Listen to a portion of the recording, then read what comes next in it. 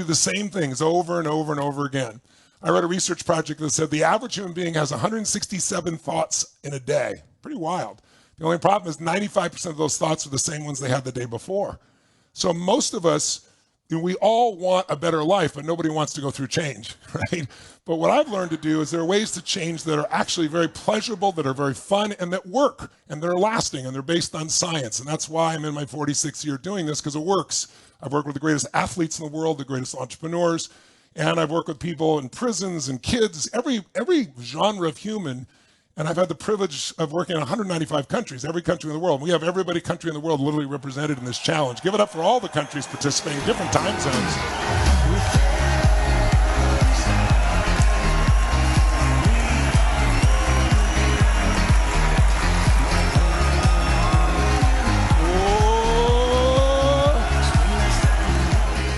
It's, I think, 4 a.m. in Sydney, Australia. I see my friends from Sydney out there. Good to see you guys, Aussies.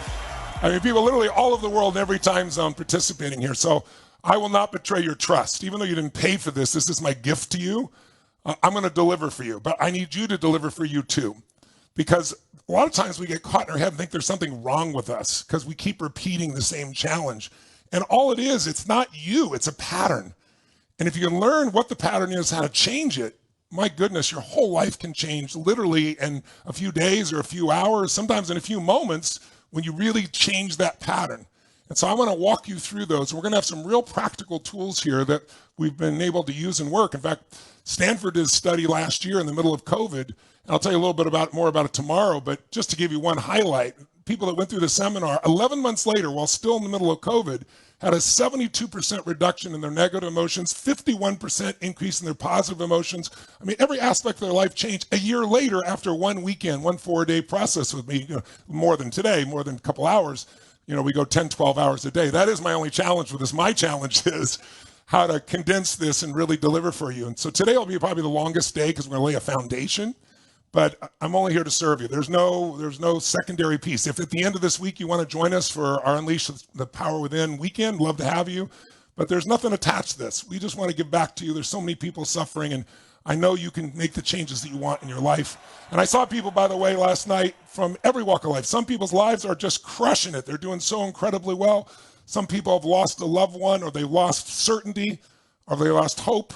And this week is about you establishing it. It's not going to be me. It's going to be you. I'm just going to provide you the tools that actually work to make that happen, and maybe some insights that can change our focus. Because think about it. What is your life? We don't experience life. We experience the life we focus on. What's wrong is always available. And right now we're in a season called winter. It's historically a time when there's more fear and more uncertainty. But every season changes. We had, before that, it was great times, great economic times, bull markets, people optimistic. But after the reaping time of the fall, there's always a winter.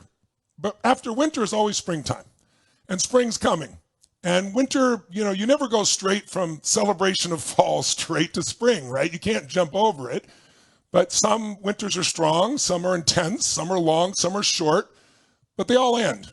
There's no pandemic that's ever lasts forever. I was telling people that in the second year of the pandemic, and we went through 3 years of this. I said, there's no war that lasts forever. It may last longer than you want. And so this is our chance, you and I, to get so strong inside that if you do well in wintertime and you find the joy and happiness and fulfillment with your family and figure out how to succeed in your career, your business, you're going to find it's really easy to succeed. So, these are the seasons. Spring is easy. That's what's coming. But if you do well in winter, spring and summer are easy. Fall is just a reaping time. And we go through this in different stages of our life. So what I really want to do here with you is really get you to understand that I've been obsessed. Let me give you a little background. I've been obsessed for 45 years, going on 46 now, with the answer to the question of what makes the difference in the quality of people's lives. Why do some people, you can give them everything? They can have the greatest family, total love, total support, economic well-being, great education, and they spend their life going in and out of rehab.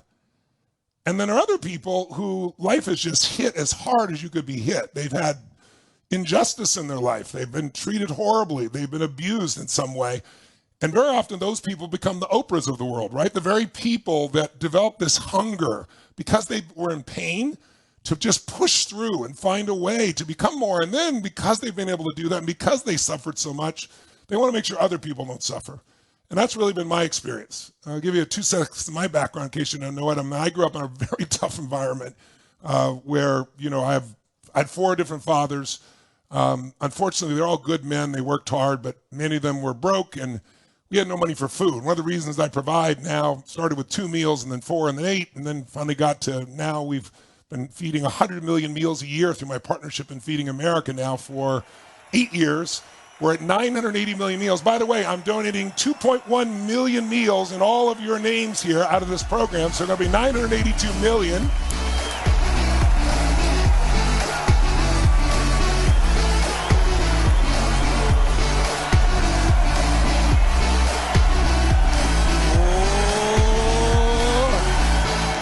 So thank you. While you're changing your own life, we're going to make sure some people that aren't here that deserve it and need it get the food that they need. But we're at 982 million meals on the way to 1 billion. I'm about 2 years early, just a little past 8 years on a 10-year goal. And I've already begun a new challenge, and that's a 100 billion meal challenge. I'm finding 100 people to do what I did, 100 million meals a year for 10 years. Because right now it's pretty tough out there. 80 million people usually die of hunger every year. About every 10 seconds a child dies. It's horrific. And it's hard to see. And if you live in a place like America, there's still 19 million children that are food insecure. They don't know where their next meal's coming from. So I was one of those kids, and somebody fed my family on a Thanksgiving when we wouldn't have starved, but we would have had crackers and butter and maybe peanut butter sandwich, but not a Thanksgiving dinner. And this man arrived and delivered this food, and it changed my life. The way it changed my life was not the food. It made me believe strangers care. And if strangers care about me and my family, then, I want to care about strangers. And it's probably the single most important event of my life. It's why I'm here right now. It's why I'm giving back to you. So just know every act of kindness. I still don't know who did this for us. My mom suspected this woman may have been the one who did it, a friend of the family, but she never took credit for it. But man, she unleashed a lot of good in the good that she gave. So yeah, really good.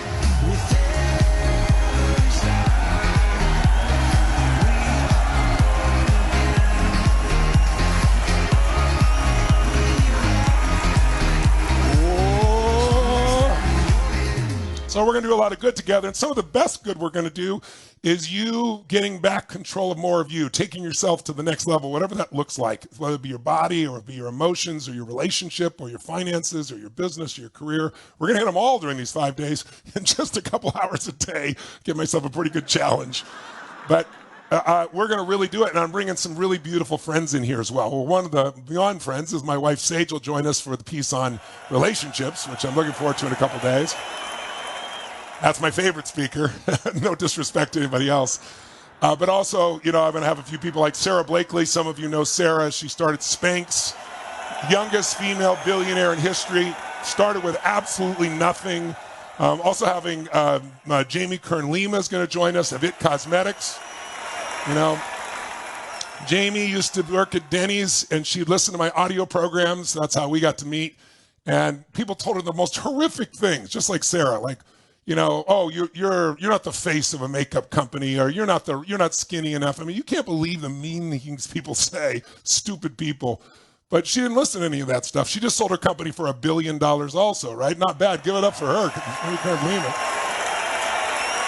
So, and I'm not doing this to say, oh, you're going to become a billionaire after doing 5 days, 2 hours a day. That's not the point.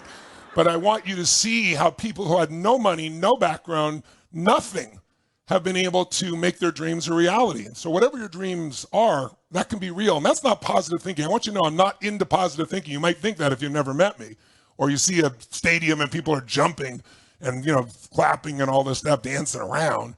But there's a science to that. I'm not into positive thinking. I believe in intelligence. I believe in seeing things as they are, but not worse than it is. Do you ever notice how people tend to make it worse than it is? Why do you think that is? Tell me in the chat, why do you think people tend to make it worse than it is? I'd love to see what you have to say. Yeah, they're afraid. Yes, they're afraid of failing. That's all accurate. Good.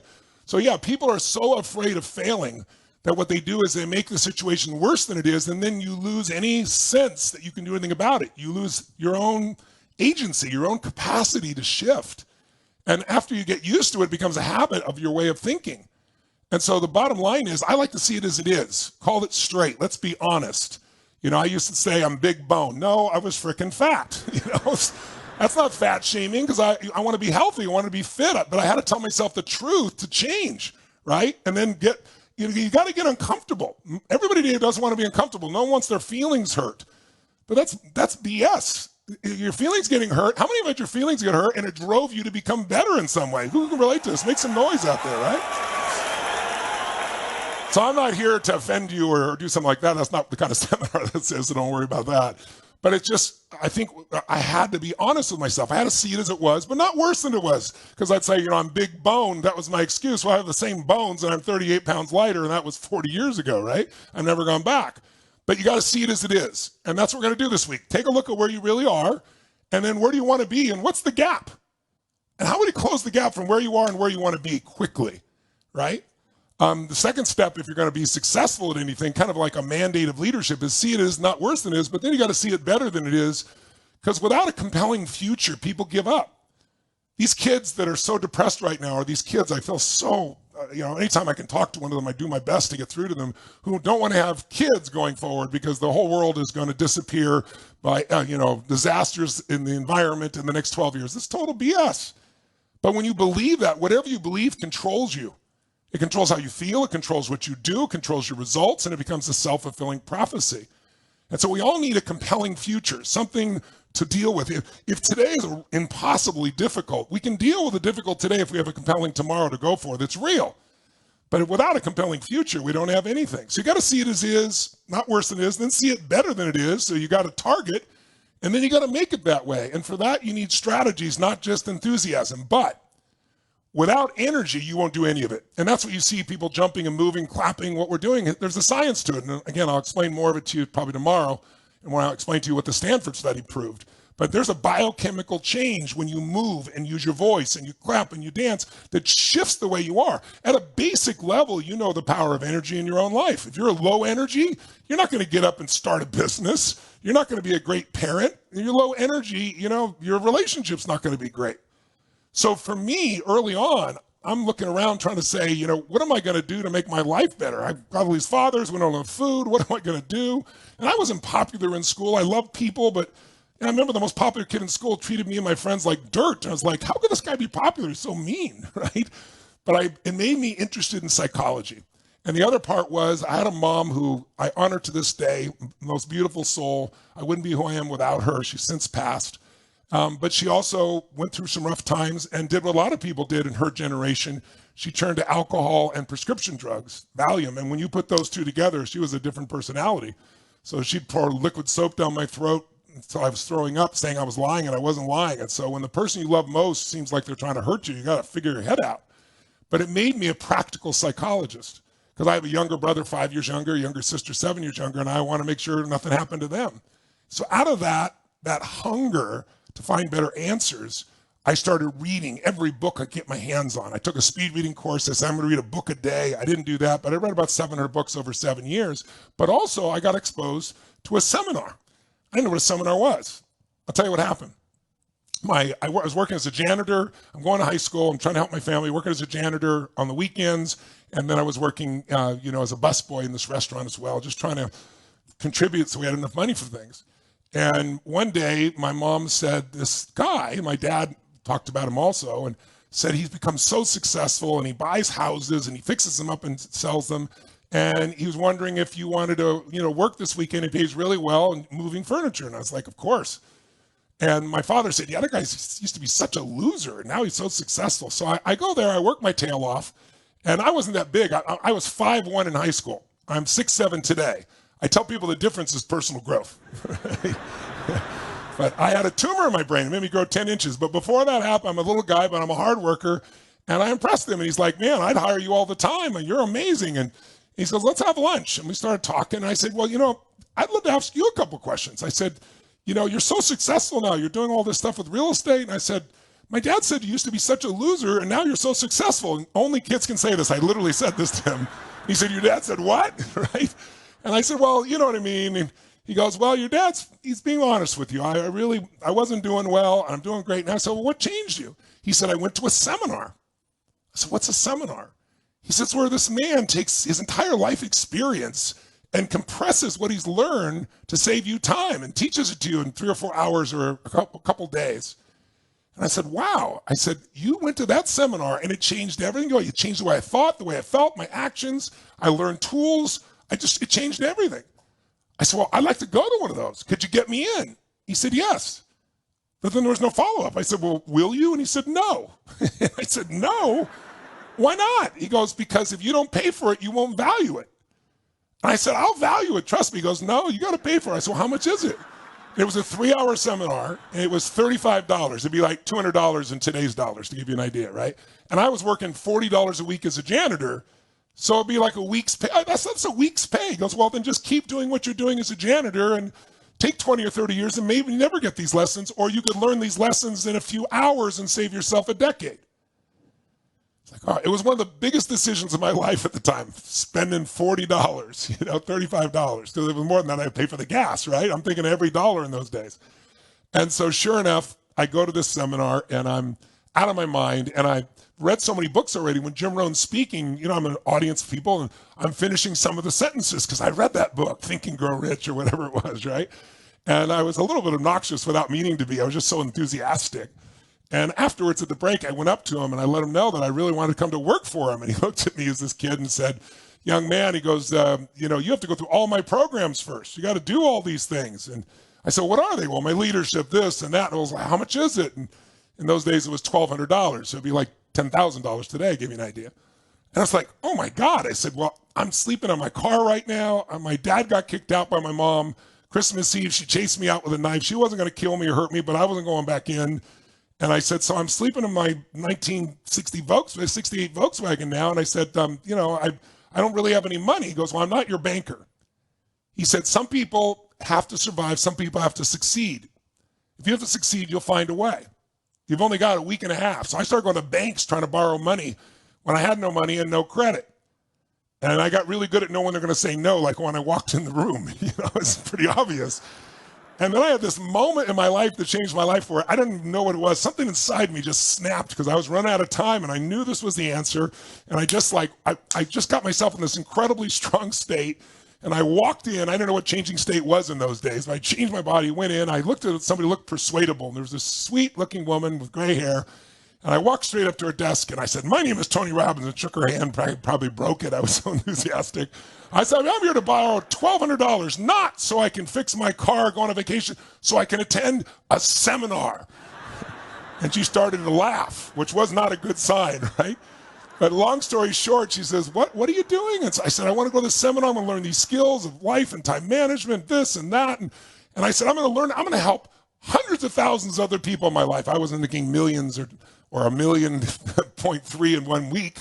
But that was my view. And I went on and on and on. She looked at my application. She said, you're 17. I said, yeah. She goes, well, you have to be 18 to sign a contract in California. I said, well, I'll be 18 soon. She said, how soon? I said, how soon do I have to be 18? And then she looked one more and she goes, well, she looked at my address, and I put an address on Citrus Avenue. It's a giant avenue that goes through 4 cities that I used to live in there. And there are no real apartments. She goes, I didn't know there were apartments on Citrus Avenue. So I just told her the truth. I said, that's 7-Eleven and Denny's is next door. They're 24 hours. I park there at night and sleep. But the mailman, I made a deal with him and he'll let me pick up my mail there. And she goes, oh, we're going to loan you $1,200 and we can send your bill to 7-Eleven, right?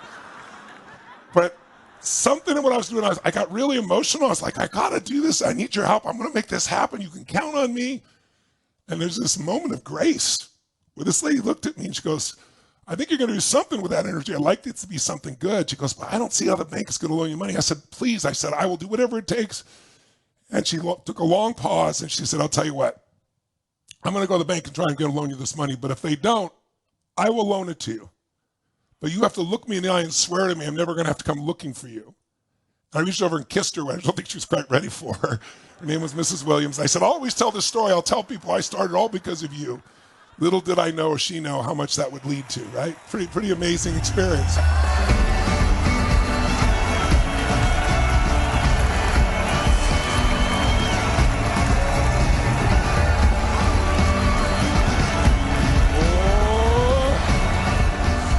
So I took $1,200, imagine $10,000 today to go to one weekend seminar and hear this man speak. And I had no money, so I was going to sleep in my car. And I met a young man there named Mike Keys. He's still my friend to this day. He's about 5 years older than I was.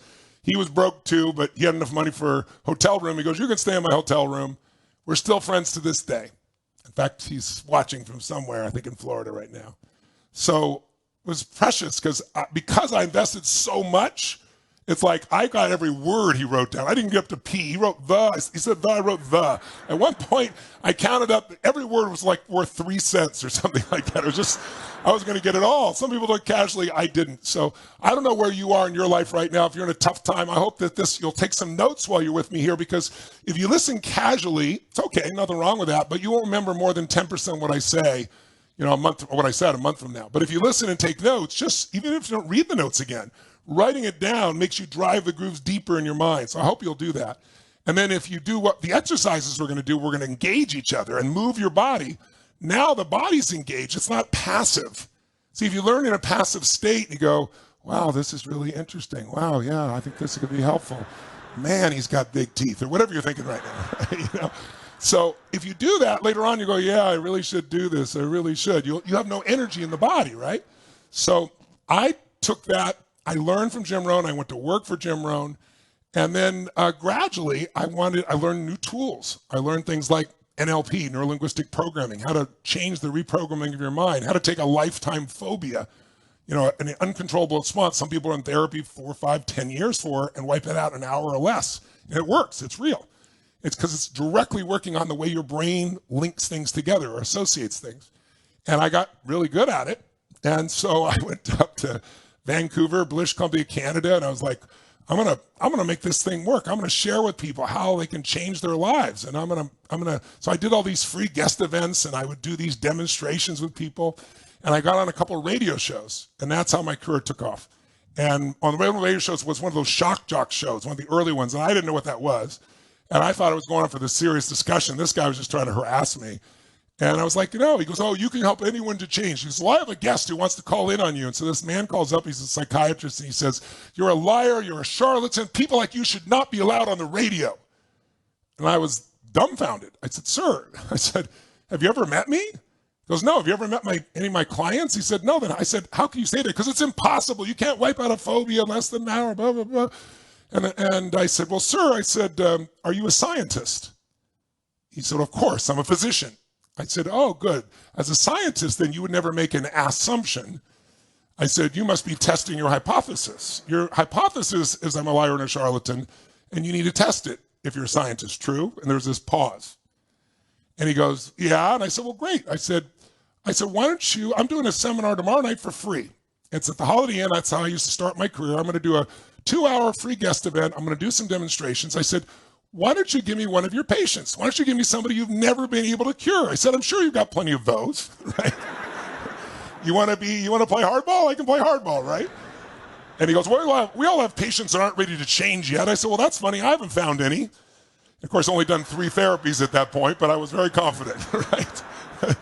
And he goes, well, I can't send some. I said, don't you have somebody who would like to try something new?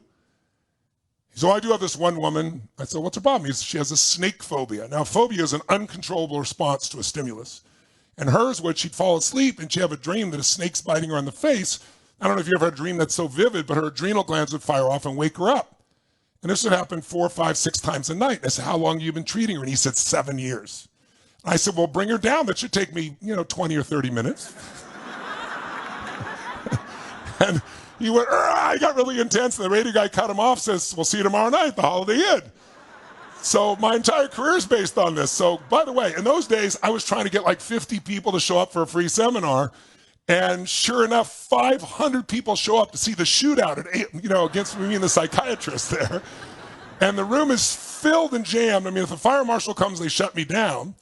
And all of a sudden, no one introduced me in those days. So I stood up, and I said, ladies and gentlemen, I said, I'm Tony Robbins. Anthony Robbins back then. I wanted to sound more official, I guess. I said, I'm Anthony Robbins. And I said, I want to show you some tools today that you might think would be impossible to change people in minutes instead of months or years. But I said, I'm going to show you and prove it, and it works. And right after I start to say this, like on cue, like in a movie, the side door bursts open.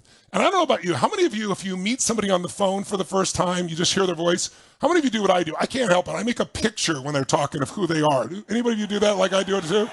Yeah. So this guy was so gruff on the radio. I'm picturing this giant man with like a scared woman on his arm, right? And the side door bursts open. It's a guy about this tall.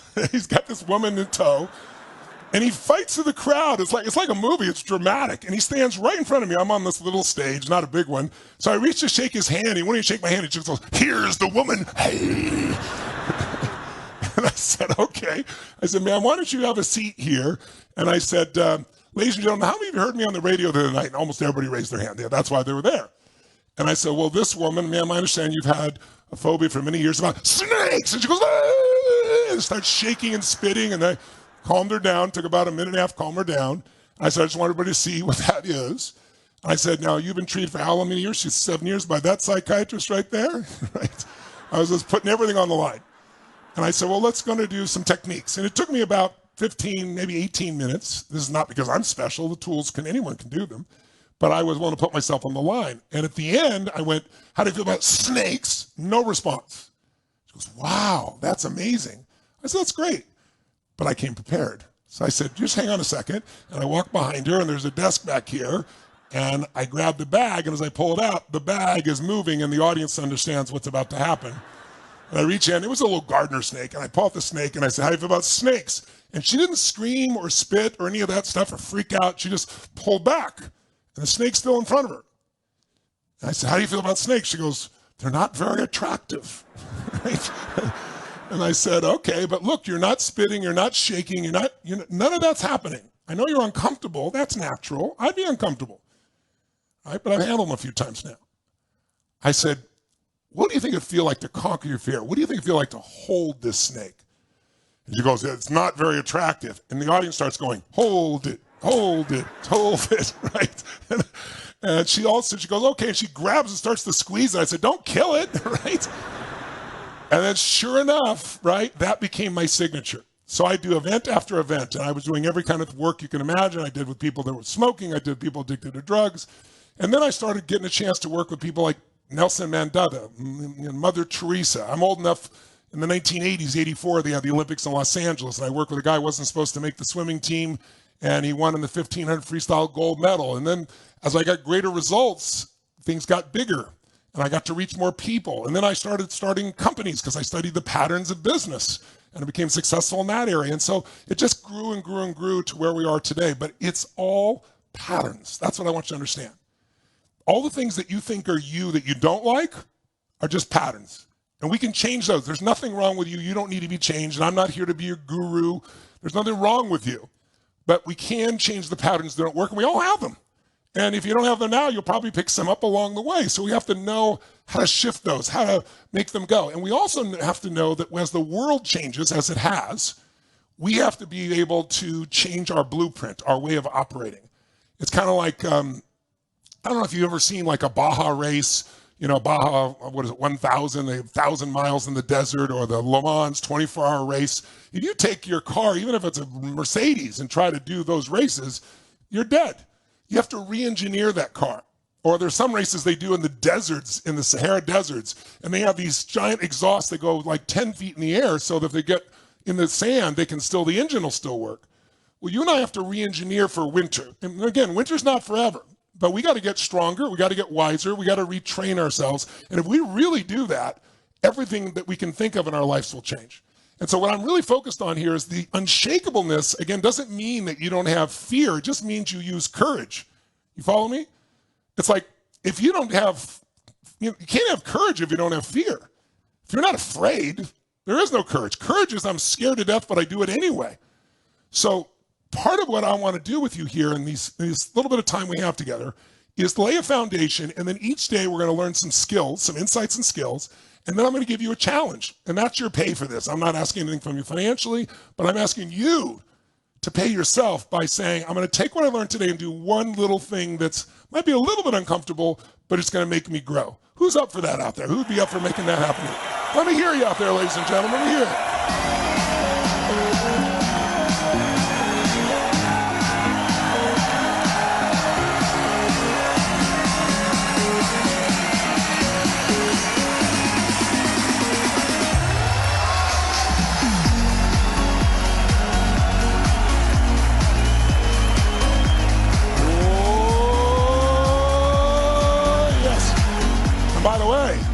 once you understand patterns and you learn to change yourself, isn't that the greatest gift you can give your children? Now, you can tell your kids all day long how to be, but if you change you, they see it and feel it. That's the greatest gift you give your husband or your wife or your coworkers or your employees. So when we get you to change, when you get yourself to change, you're going to have more to give everybody else. And that makes change so much more enjoyable. Because if it's just for you, you might not do it. But most of us will do much more for others than we will do for ourselves. That's one of the beautiful things about human beings. When we get out of our selfishness, we all get selfish at times. Like, how many of you do way more for your kids than you would for yourself? How many can relate to this here? No BS, right? That's the beautiful thing about human beings. So if you really want to have the greatest experience, recognizing those patterns will work. And by the way, once I figured this out, I get the call. I've gotten the call now for 40 years almost, 35 of those 46 years at least. About 10 years into my career, I was producing such results. I get the phone call when the athlete was burning down on national television.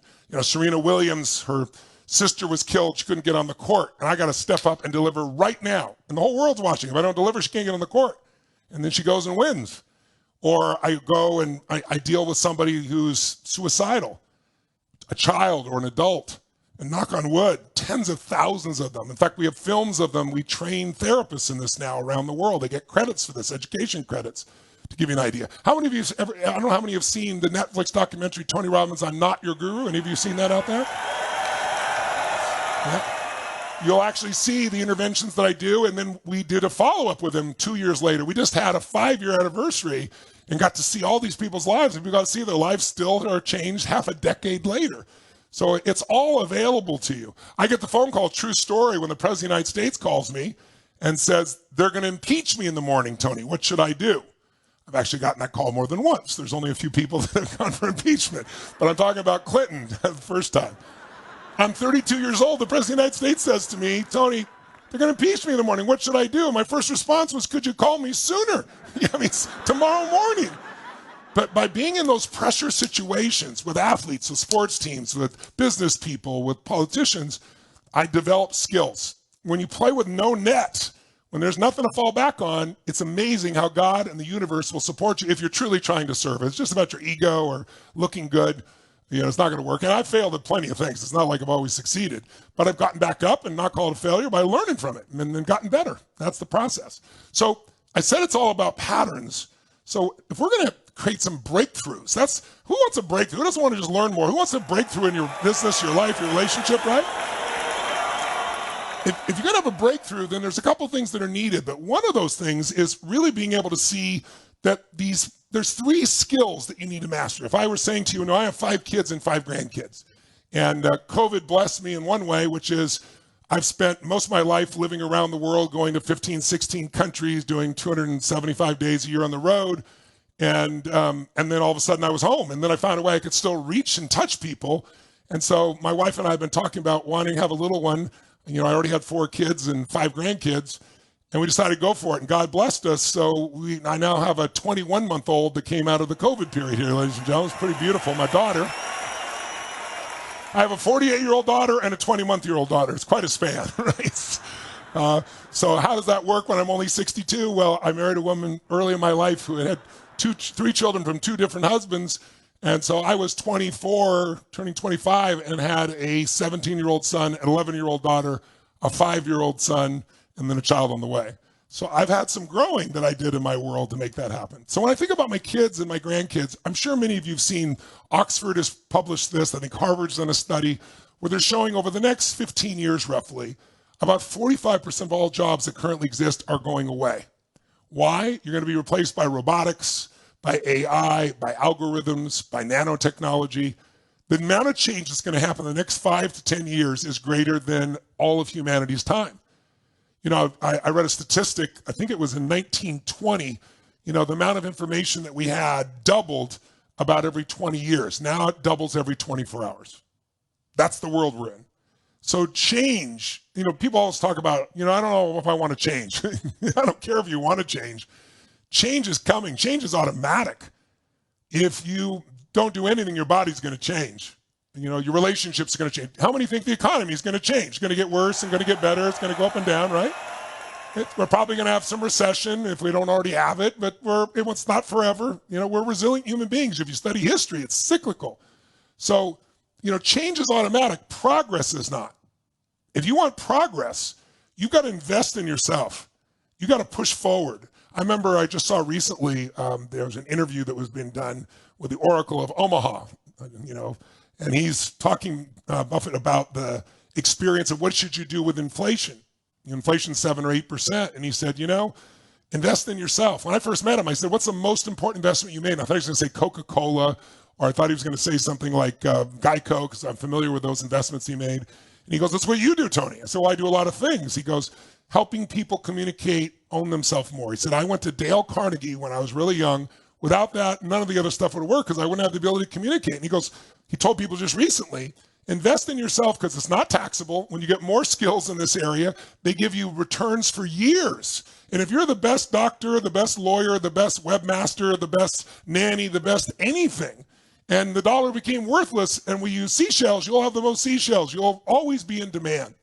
So it's really important that we see these patterns. So here are the 3 skills, if you want to jot them down, that I'm teaching all my kids and grandkids and that you and I both need, because 15 years, how many found time seems to go by a lot faster today than it used to in the past for you, right? 15 years from now, you're surely going to arrive. The question's where? And the time to decide that is now. And the skills that you need are 3. So here's the first skill, and it's what we're going to work on this week. It's called pattern recognition. Things look like, if you look at the economy right now, who did I see the other day? Someone did this. I saw a write-up. People are talking about how bad we are politically, how horribly divided we are. And this gentleman showed ads, billboards, or written billboards from the time of Thomas Jefferson and Adams when they were fighting for president. And if you read what they wrote, one was like child molester. I mean, it was the worst stuff you matter. So if you listen to people in the media, you'll think everything's the worst that's ever been. No, it's winter. Spring's coming. We got to make it through winter. And some people freeze to death in winter and give up. Other people learn to ski and snowboard and build a good fire and build a business and be with your family. So, and winter isn't bad every day. It's just more days of fear and uncertainty. And it's not forever. You can develop that certainty inside. So pattern recognition is every person that can start recognizing, hey, this is a pattern. This has happened many times. This is a pattern in history. This is a pattern in life. The most important pattern in human history that we recognized as a species that changed us was the pattern of seasons. See, we were roaming around trying to find food, forage for food, never staying in one place. Hunter-gatherers, that's how we started. How do we build communities? Only when we learn the power of seasons, when we learn to do the right thing at the right time. See, if you plant in the winter, it doesn't matter what you do. You're doing the right thing in the wrong time, you don't get rewarded. And when they start to figure out, hey, spring is when you plant, and you protect it over the summer, and you reap in the fall, and you better hang on to some for winter. That's when we build communities and cities and countries and became the dominant species on Earth. For better or worse, I'm not sure, but certainly dominant. But it's just that one distinction. So my life is obsessed with finding patterns. And when you look at the economy right now, it's a pattern. It's recognizable. And by the way, winter's not going to end real quick. It's probably going to last longer than you want. But you can make winter your best season if you recognize the pattern, if you do the second piece. You learn to utilize patterns. Because pattern utilization gives you power. Recognizing it alone will get you out of fear of like it's the worst time. It'll keep you from thinking it's all chaos. It's not chaos, it's a pattern. We're not going to have time to go through it here, but it's so predictable. All of it's predictable. And if you realize that, then you go, okay, so what do you do in this predictable time to do well? What do you do well emotionally, physically, financially, spiritually, in your career, etc.? But the people that are masterful see the pattern and figure out how to use it.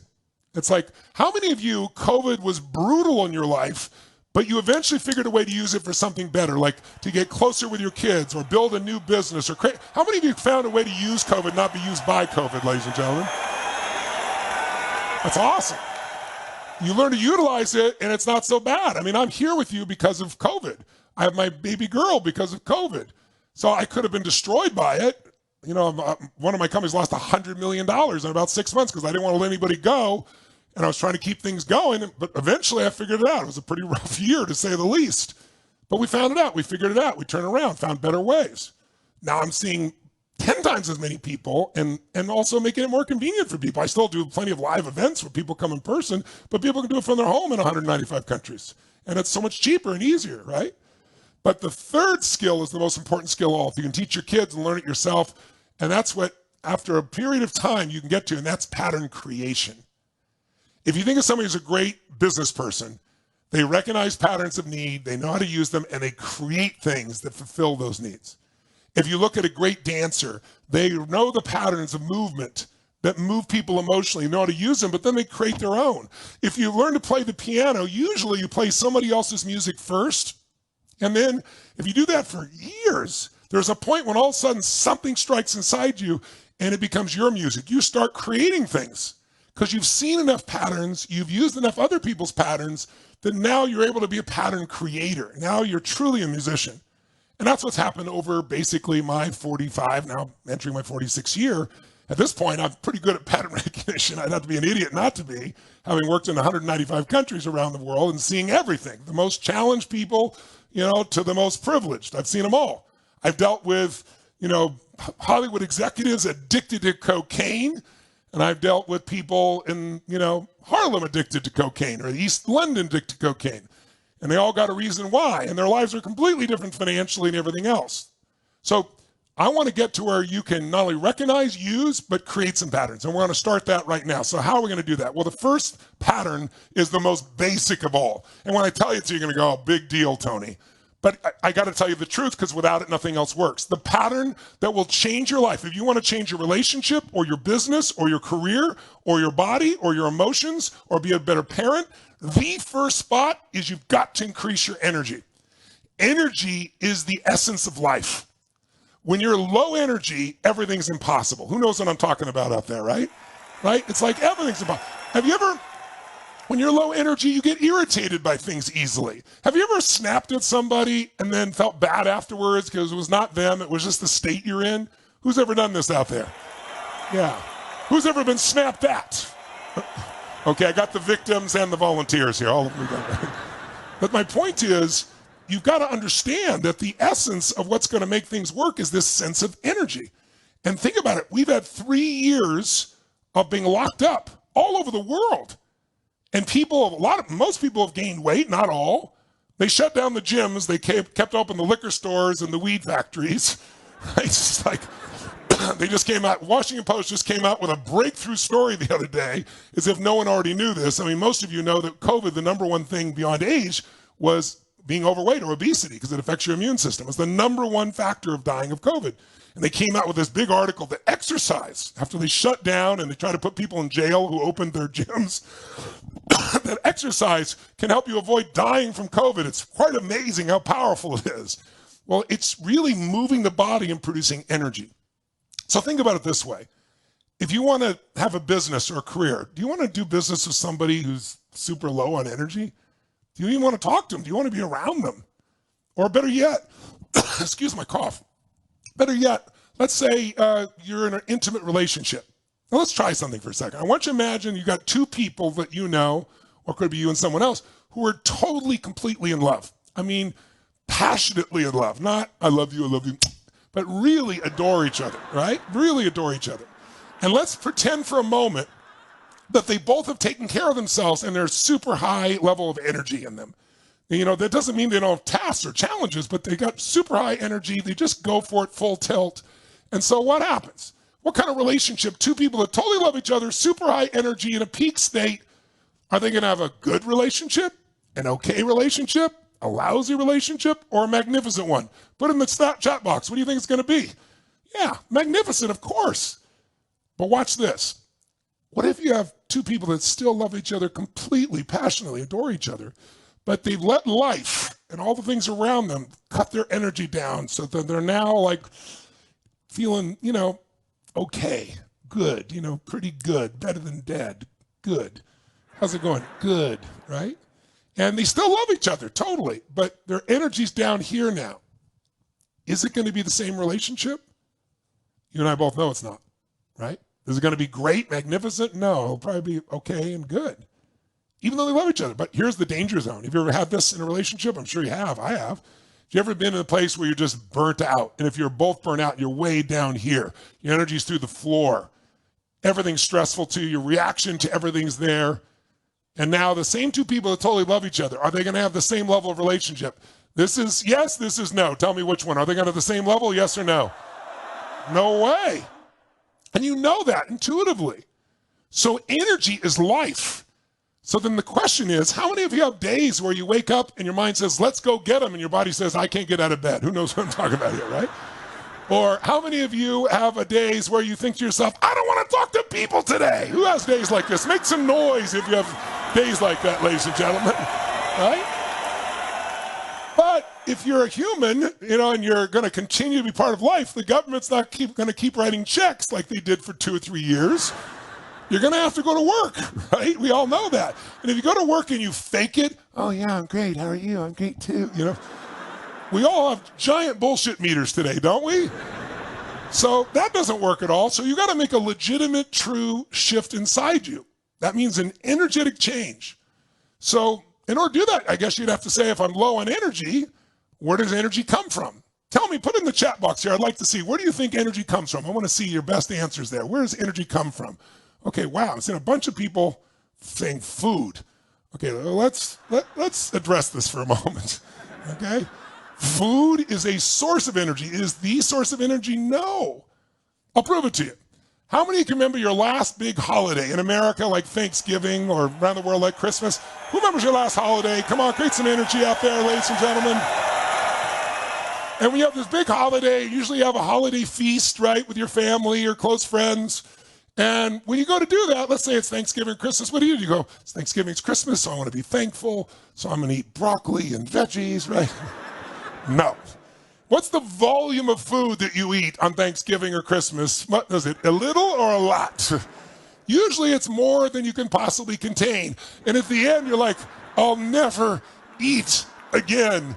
And someone says, pumpkin pie? And you go, okay. But at the end of that, I want you to remember, how many remember how you felt after that big meal? Come on. I want you to think about, at the end of that meal, were you ready to go for a run? You're going to go play some football? Or lie on the couch and watch the boob tube and fall asleep? See, food, I'll give you a better example. How many of you have ever gone on a fast for at least 3 days or more, 3, 4, 5 days? Who's done this?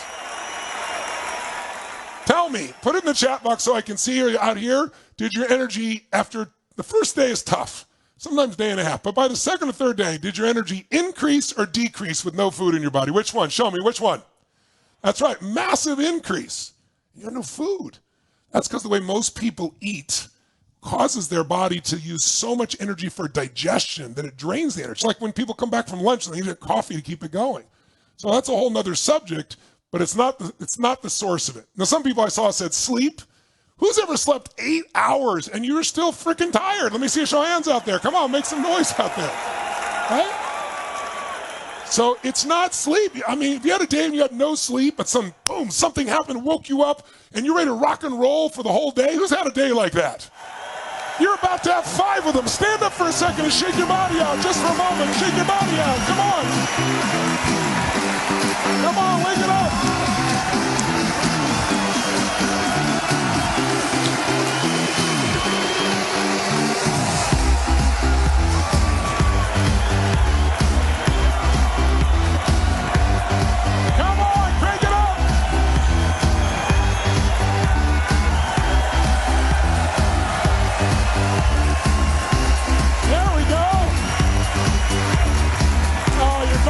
Beautiful. Nice there. Nice energy, Erica. Oh, yes. All right, grab a seat, feeling good? But when you sit down, do you ever notice people after they're all excited and they sit down and go, oh, I'm glad that's over. Now we can go back to the seminar. Sit up in your chair like you're in the command chair of your life, so the energy's high. And right now, in your chair, create more energy than when you were standing. Wake it up. Come on now. And make a sound that makes you feel good. Make an out loud sound that makes you feel good.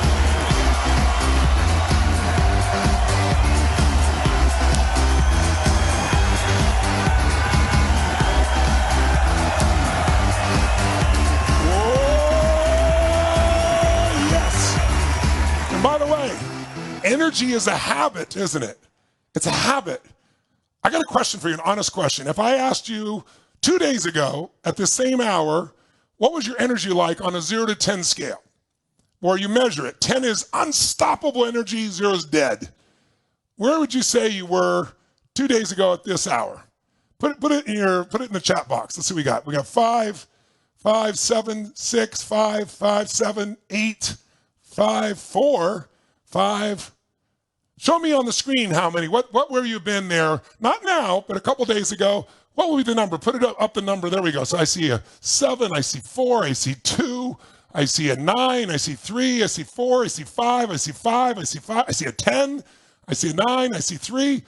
The average is around a 5. So here's my question for you. First of all, if you're in business, you can't manage something if you don't measure it. Does that make sense?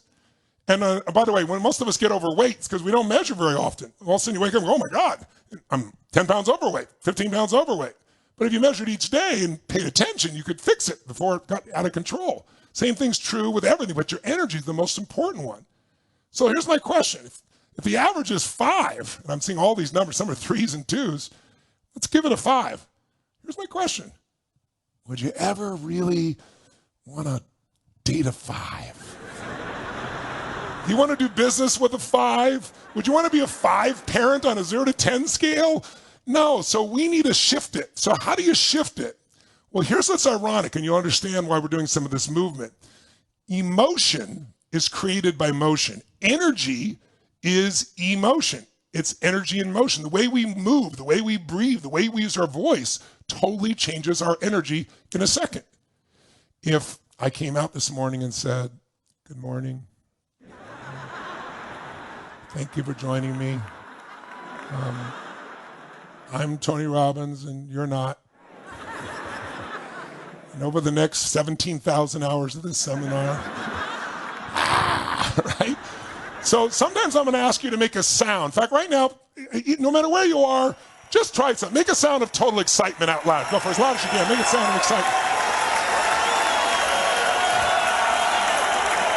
Do it again and really enjoy it. Total excitement, energy. Come on, go for it. All right. Did your energy go up or down? Which one? Of course it went up, right? Now, it's a habit, so you got to start measuring yourself, and then you got to just do some things. So one thing you can do, let's try something real fast. Stand back up just for a minute, just for a moment, if you would. Please stand back up. Wherever you are in the world, if I can't see you, please stand up so you get the benefit of this, because if you don't physically activate your body, you won't feel the same result. You'll get some interesting information, but it won't stay with you. So what I want you to do is really simple. I want you to, if there's someone in the room with you, you can point at them, but most of you I can see are alone, and I want you to point at somebody on the screen, whether they see you or not. And if you're at home, you can point at somebody or nearby, and what you're going to say is, I own you. Go for it. Try to say it. Do it a little louder. Go, I own you. Oh, do it with intensity. I own you. No, I own you. Now, let me tell you what we're doing here. Are there any competitive people in the world out there? Any of you competitive people? Okay, good. The word competition in Latin means to conspire together. So we compete to conspire to make each other better. If I push you hard in basketball, you got to get better. I want you to push me hard so I get better. So one way we'll do this a couple of times over the weeks is just real fast. It'll take us like 10 seconds. It'll just be creating a new habit. We'll stand up, we'll go, I own you. Now, if you don't have anybody around you, just point at the screen and imagine somebody there, or you can say it to me, I own you, Tony, right? I own you. And then that means I'm challenging you, low energy person, right? And then all we're going to do is for 15 to 20 seconds, you're going to jump, leap, and celebrate and use your voice like a little kid celebrating, like your sports team just won a national championship, like you just achieved your greatest goal, like you had the greatest orgasm of your life, whatever would have floated your boat. But I want you to really go for it like a little kid, not like a boring adult that goes, yeah, that was great, right? Who's willing to go for it for like 20 seconds here? Who's willing to make it happen? Stand up, wherever you are in the world, point at somebody and go, I own you, baby. No, I own you. No, I own you. All right, let's clap, and then on 3, we do it. 1, come on. 1, 2, 3, go. Wake it up.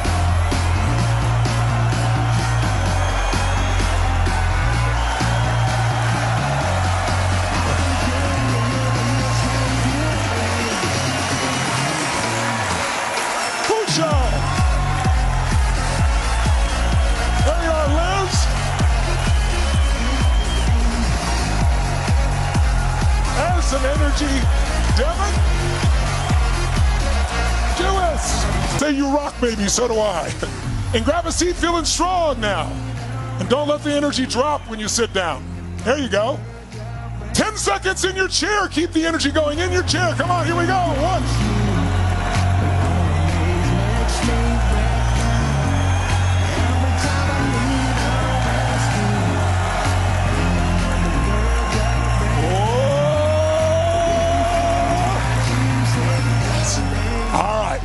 So now, in a higher energy state, let's talk about something that usually takes your energy down, and that is loss.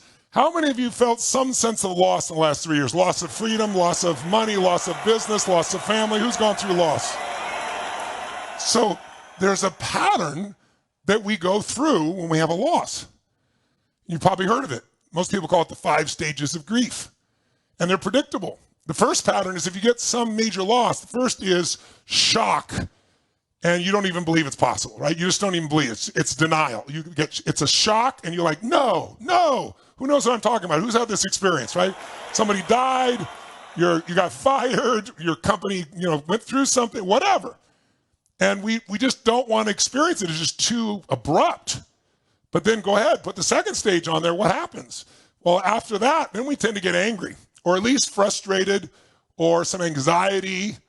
But usually there's an anger there, like this shouldn't have happened. And by the way, people get stuck, don't they? Some people get stuck in shock, some people get stuck in anger. And after you experience enough anger, your nervous system is exhausted, so it goes to a different place, and it's a lower energy. It's sadness or loss or the feeling of depression. In the denial phase, you don't want to experience the loss. In the anger phase, you're still fighting it. You get in that sadness loss phase, boy, it's pretty low. And some people get stuck there. They stay depressed. They stay sad. They stay lost. In fact, most people, we'll talk about this in a couple of days. We'll show you the stats, but people go and get traditional therapy and get drugs. And some of those drugs that people take, it says right on the side, create suicidal thoughts. It makes it worse. It's crazy. So, and yet it was the cover of Newsweek only, I think, a month ago. They did these meta studies and showed these SSRIs. They don't work, but they're still giving them to people because they don't have a better alternative. So we'll talk about that tomorrow and show you the alternatives. If you make it through the loss and depression, the way you get through there is you go to that 4th stage where you start to kind of bargain. Okay, God, if you'll let me do this, I'll do that. Or if I'll make this happen, you bargain with yourself, you bargain with God, you bargain with the universe. But eventually, if you're going to get to a place of at least balance, you get to a place of acceptance where you don't like it, but it's like, God grant me the serenity to know the things I can change, things I can't, the courage to know the difference, take those actions. Some of you know that serenity prayer. There's an acceptance. And boy, if you're an achiever, acceptance is not usually something most of you want to go for, right? I don't want to accept this the way it is.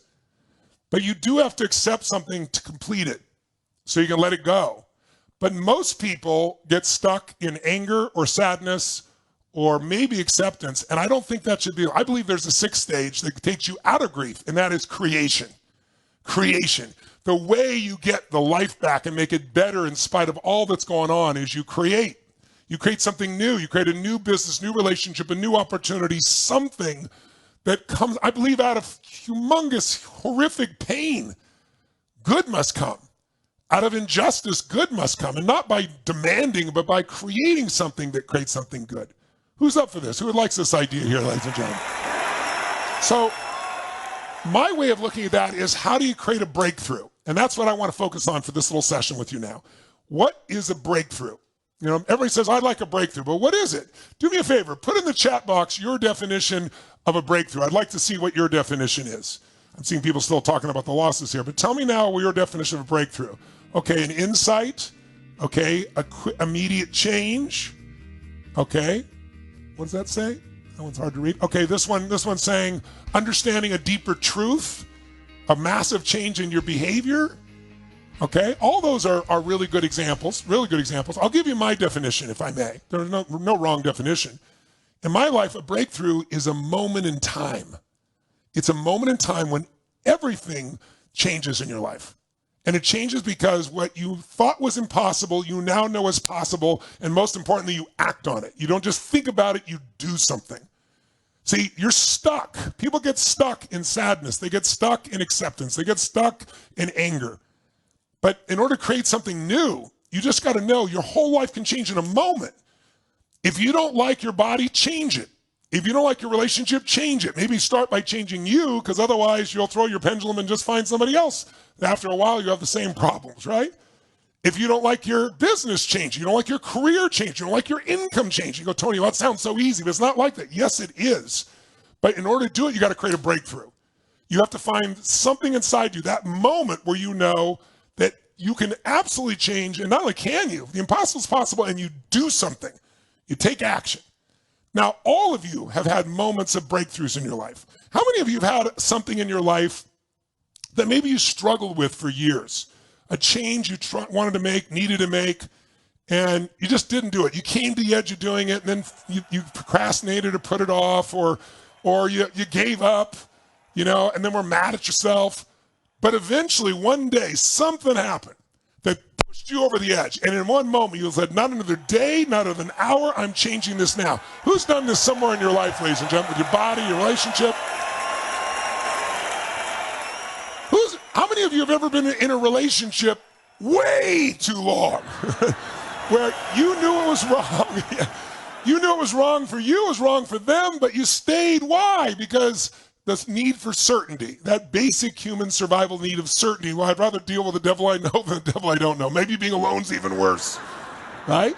But maybe one day, things change, because you used to say, oh, it'll get better in the future. Or I remember it used to be better in the past. Because see, when there's pain in the present moment, we can escape the pain by going backwards or forwards. Humans can do that. We can make up a future, whether it's true or not, or we can remember a good moment. But you may have had a day one day where you finally said, it's been painful in the past, it's painful now, it's painful, I am changing this now. That's usually a moment of a breakthrough, because you now just decide. You don't even know how necessarily, but you're going to change it, and you do. So here's what I want first. I want to give you 3 questions, I think, here. And what I want you to do is, by the way, what can create a breakthrough? It can be a conversation with somebody. It could be an insight. It could be reading a book. It could be attending a seminar. It could be a movie, right? It could be something that challenges you. It could be meeting somebody that inspires you because they're doing things differently. And you say, man, if they could do it, I could do that. Who's ever had an experience like this, right? Or maybe it was enough emotion in you that just did it. But here's what I want to ask you. I'm going to give you a couple questions. I want you to write them down for a couple moments, and then we're going to process them. So first, I want you to think of a breakthrough in your life that you struggled with for a long time. So what was the area where you struggled, but you did create a breakthrough? I want you to write down, what is that area, right? And my question for you is, you may have worked at it a lot and didn't change, but then it changed in a moment. I know you could say, well, I made all these changes, but there was a moment when you finally said, enough of this, and you did something. What made you change in that moment? Was it anger? Was it frustration? Was it inspiration? Was it seeing a new example of what's possible? What made that change in that moment? You could have changed all those other times, but you didn't. So let's take a look, because what we want to do here, guys, is recognize your own patterns. Because if we can find out how you made a breakthrough years ago in one area, we can use that same pattern to help you have a breakthrough in a new area. So the second question is, the moment it changed, what triggered it? What made change a must? We all know when he says, I should do this and I should do that. I should spend time with my kids. I should lose weight. I should work out. I should make more calls. I should. You don't actually change, just what I call should all over yourself, right? But when it's a must, when you say this must happen now, and it truly is a must, you find the way, don't you? So what made it a must? What pushed you over the edge? And then the third question is, what made it possible so it lasted? Was it a new belief? Like you suddenly believe, no, this is what I'm made for. Or was it a new strategy? You learned a tool that made it possible? Or was it a new insight? Or was it a new emotion? That's, man, once you felt that, you're never going back. So we're just going to take 3 quick minutes. I want you to jot down, sit up in your chair so you got some energy in you. And I want you to write down, what was the area you had a breakthrough, you struggled with for an area, but you finally broke through. And then I want you to write down, what made you change in that moment? What triggered you to finally say enough of this and change? What made it a must? And then third, what made it possible? What made it last? Was it a new belief, a new emotion, a new strategy, a new insight? Jot it down real quick. We'll put some music on and then we'll process it.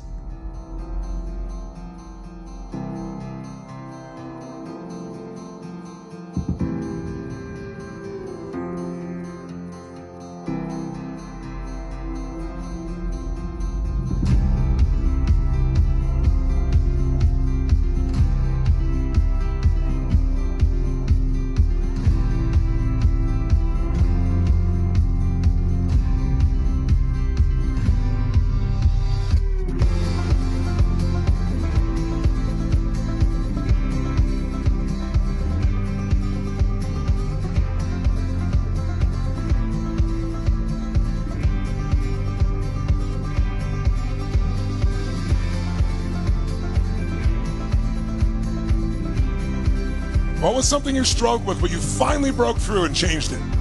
Stop smoking? Did you change your relationship? Shift something in your business, or your body, or with your kids? And then what made you change in that moment? What triggered you to make it a must? No more. And then what made it possible?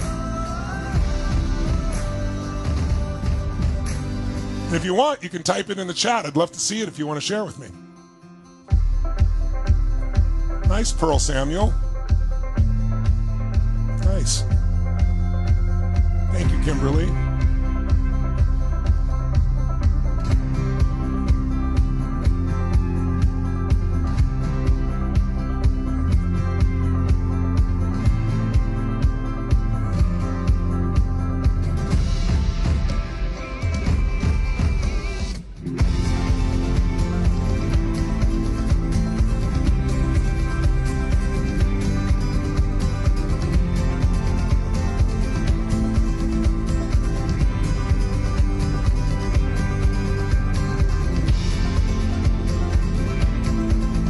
What made you finally change in that moment? Put it in the chat box. And what made it last?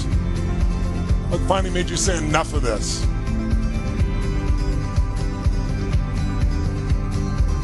Wow, 130 pounds. Nice job, Rosalie.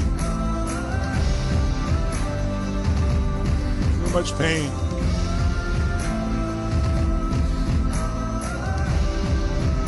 That's nice. Great shares. Mary Ellen, alcoholic for 8 years, and decided you deserve better. Gave the ultimatum and made it happen. Beautiful. Congratulations. Angel says, I filed for divorce. I knew I couldn't explain why, but I knew this had to stop now. Beautiful. About another minute and a half.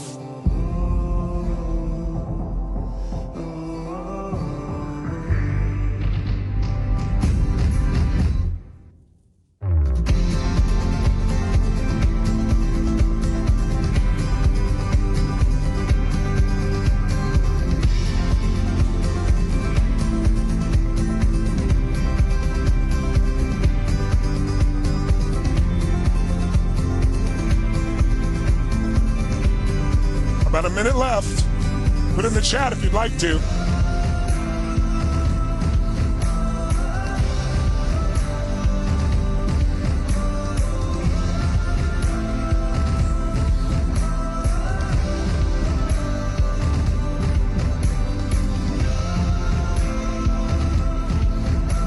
I went from victim to victor. Nice job, Jess.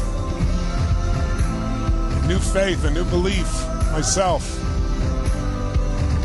Inspired by someone else who lost 75 pounds. Nice. 30 seconds. Get it down. If you had time to write down a second one, you could do it. See if you notice a pattern.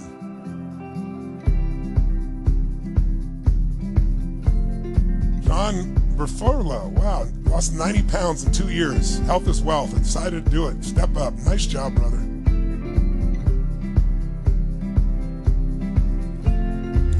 I turned fear on itself. Nice job. I started thinking about what life was going to be like if I didn't change. Good job. 10 seconds. All right. Create a little energy in your body, in your chair real quick. Wake it up in your chair again. Wake it up.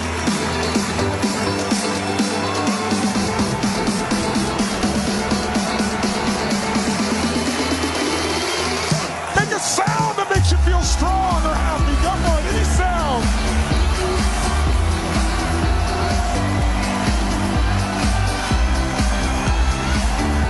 Oh, yes. All right, let's take a couple quick samples because here's what we want to see.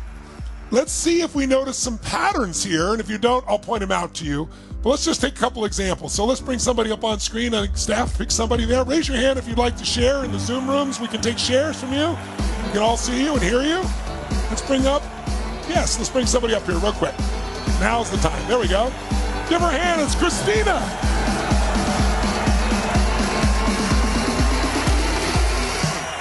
Christina, can you hear me? Yes. Can you hear me? I can. Where are you in the world, Christina? I'm just outside of Denver, Colorado. Give her a hand in Denver, Colorado, everybody. Tell me, what was your breakthrough? What did you struggle with, and what finally made you just deal with it, and then what made it possible? Thanks so much.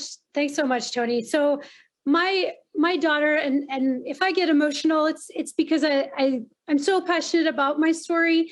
My daughter passed away when she was 3 from pediatric cancer. And after she passed away for a couple of years, I was really struggling with that connection, because after the year mark, the more time that went by, the further I felt like I was getting away from her. So I took your workshop, and I had been taking a lot of personal growth workshops, but I finally connected with her through your workshop. And I know it was because of the energy, because I was in my peak state, and I heard what you had to say. And let me tell you what you said. You said, make your worst day your best day. And then I can't remember what you said after that.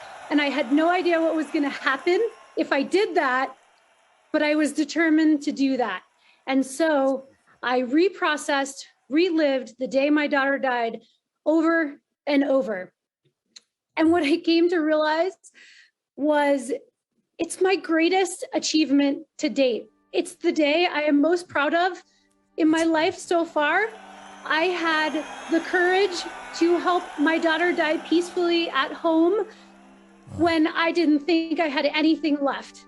And she brought me that courage, and my wonderful hospice team gave me a priceless gift that I could never get anywhere else, because they gave me that moment to really just be with her and feel like a sense of achievement. It's the greatest thing I've ever done. I've been in the military 20 years, and nothing compares to the moment that I was able to help her die peacefully at my house. And I realized that day is my greatest gift. And I'm so grateful for that day. And it's really led me to a life of gratitude, and it really transformed my world. And I didn't even know what you meant by that, but when I processed it, that's what came out. And so much happened since then that I can't even explain how thankful I am.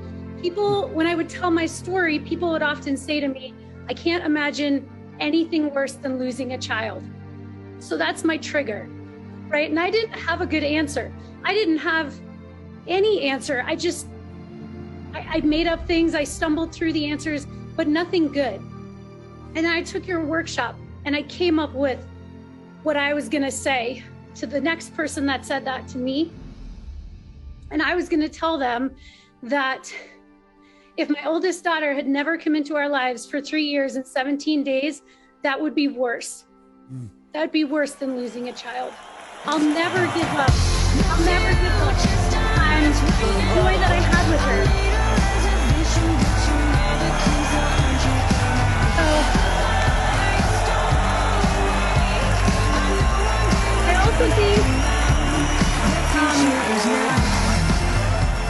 I also think what would be worse is if I didn't live my life to the fullest after she died.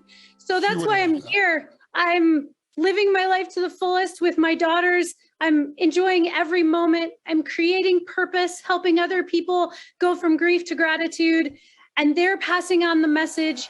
And I think that's where it becomes worth it. You said to us, Tony, you said, when people hold on to pain, people will hold on to pain till they find something they value more. More than the pain, and I value my family and raising my daughters right now more than I value a life of pain because of my daughter. You have a beautiful soul. And I'm so grateful.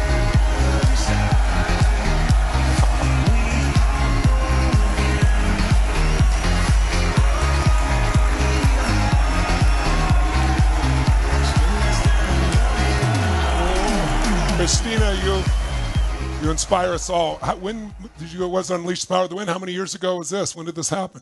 Actually, I did it during COVID. And I was activated with the military, and I wouldn't have been able to attend anyway.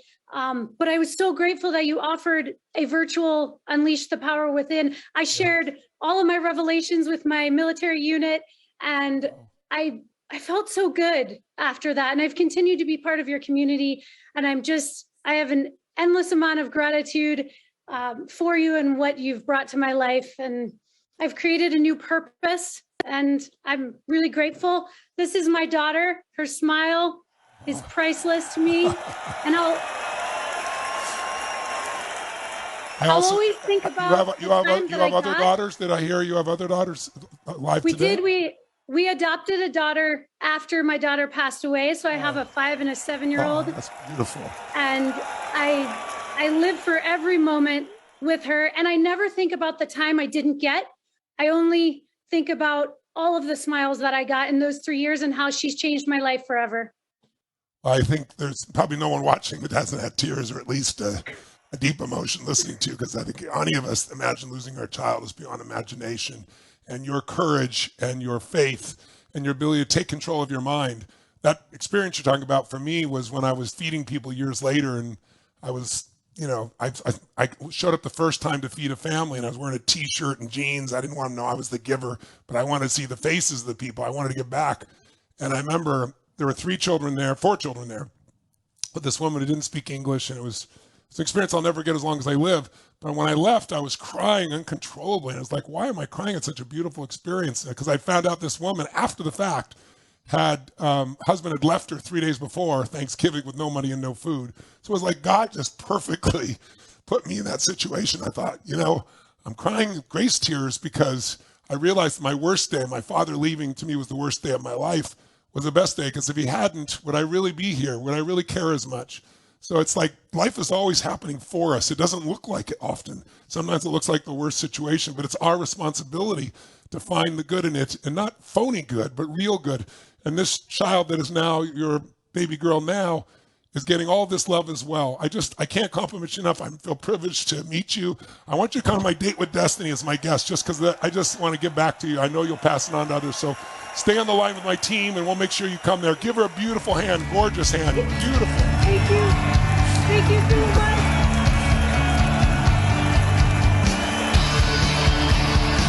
Thank you.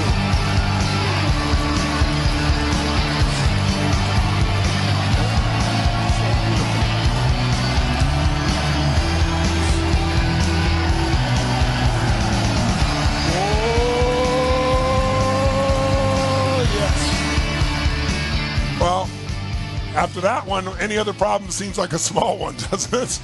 Let's go for 1 or 2 more real quick just to have variety and see if we notice the pattern. I'll see if you notice the pattern.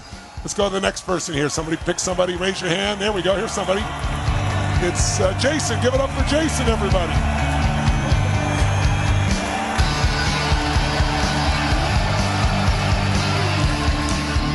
Jason, where are you in the world? I'm from Hungary, Europe. You're in Hungary, Europe. Give it up for him in Hungary, everybody. That's beautiful. Well, tell us, what was the thing that you struggled with that you finally broke through? What made you do it that moment? What pushed you over the edge? And then what made it possible to really make it last? So, Tony, on January 2011, I left my house because I had an 18-year-old. At that time, I had an 18-year-old son. And I had a lot of issues at home because of, I was not so complete in myself. I was earning so little because I worked as a teacher in Hungary, and the salaries were so little. So I couldn't support my family. I was kicking myself. I was frustrated. I was not finding that joy, peace, happiness in myself. So I decided to leave and run away from the situation like a coward. And I moved into my school. And at that, leaving my family behind, my wife and my son behind. And that was a moment where I did not know what to do. I gave up everything. I was in a very hopeless situation, sitting on my bed. And that was the moment I seen one of this free session in January at that time. And those 5 days changed my life completely. I went from a hopeless situation. I found hope in your words. I always kept asking God, why is this happening to me? Why is this always happening to me? I'm unlucky. Nothing good is happening in my life. And when you said those words, that life is always happening for you and not to you.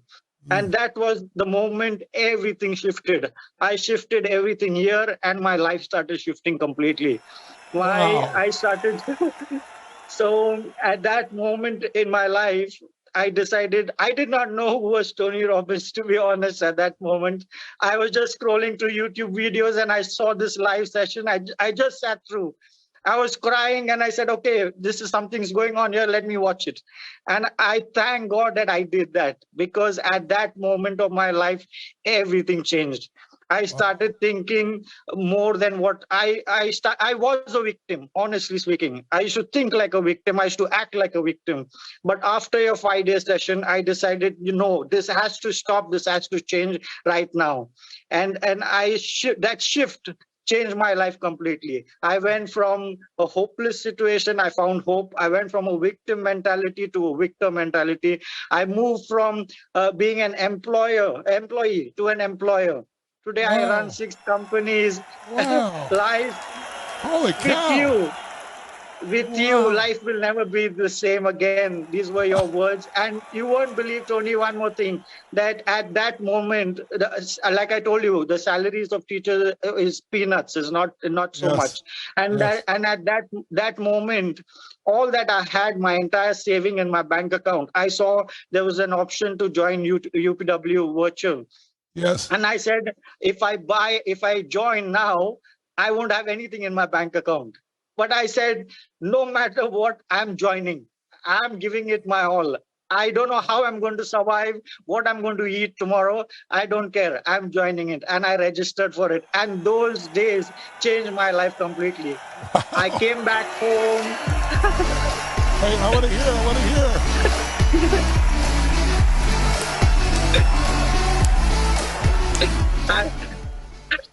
I came back home. My partner opened her arms up. She's like, you know what?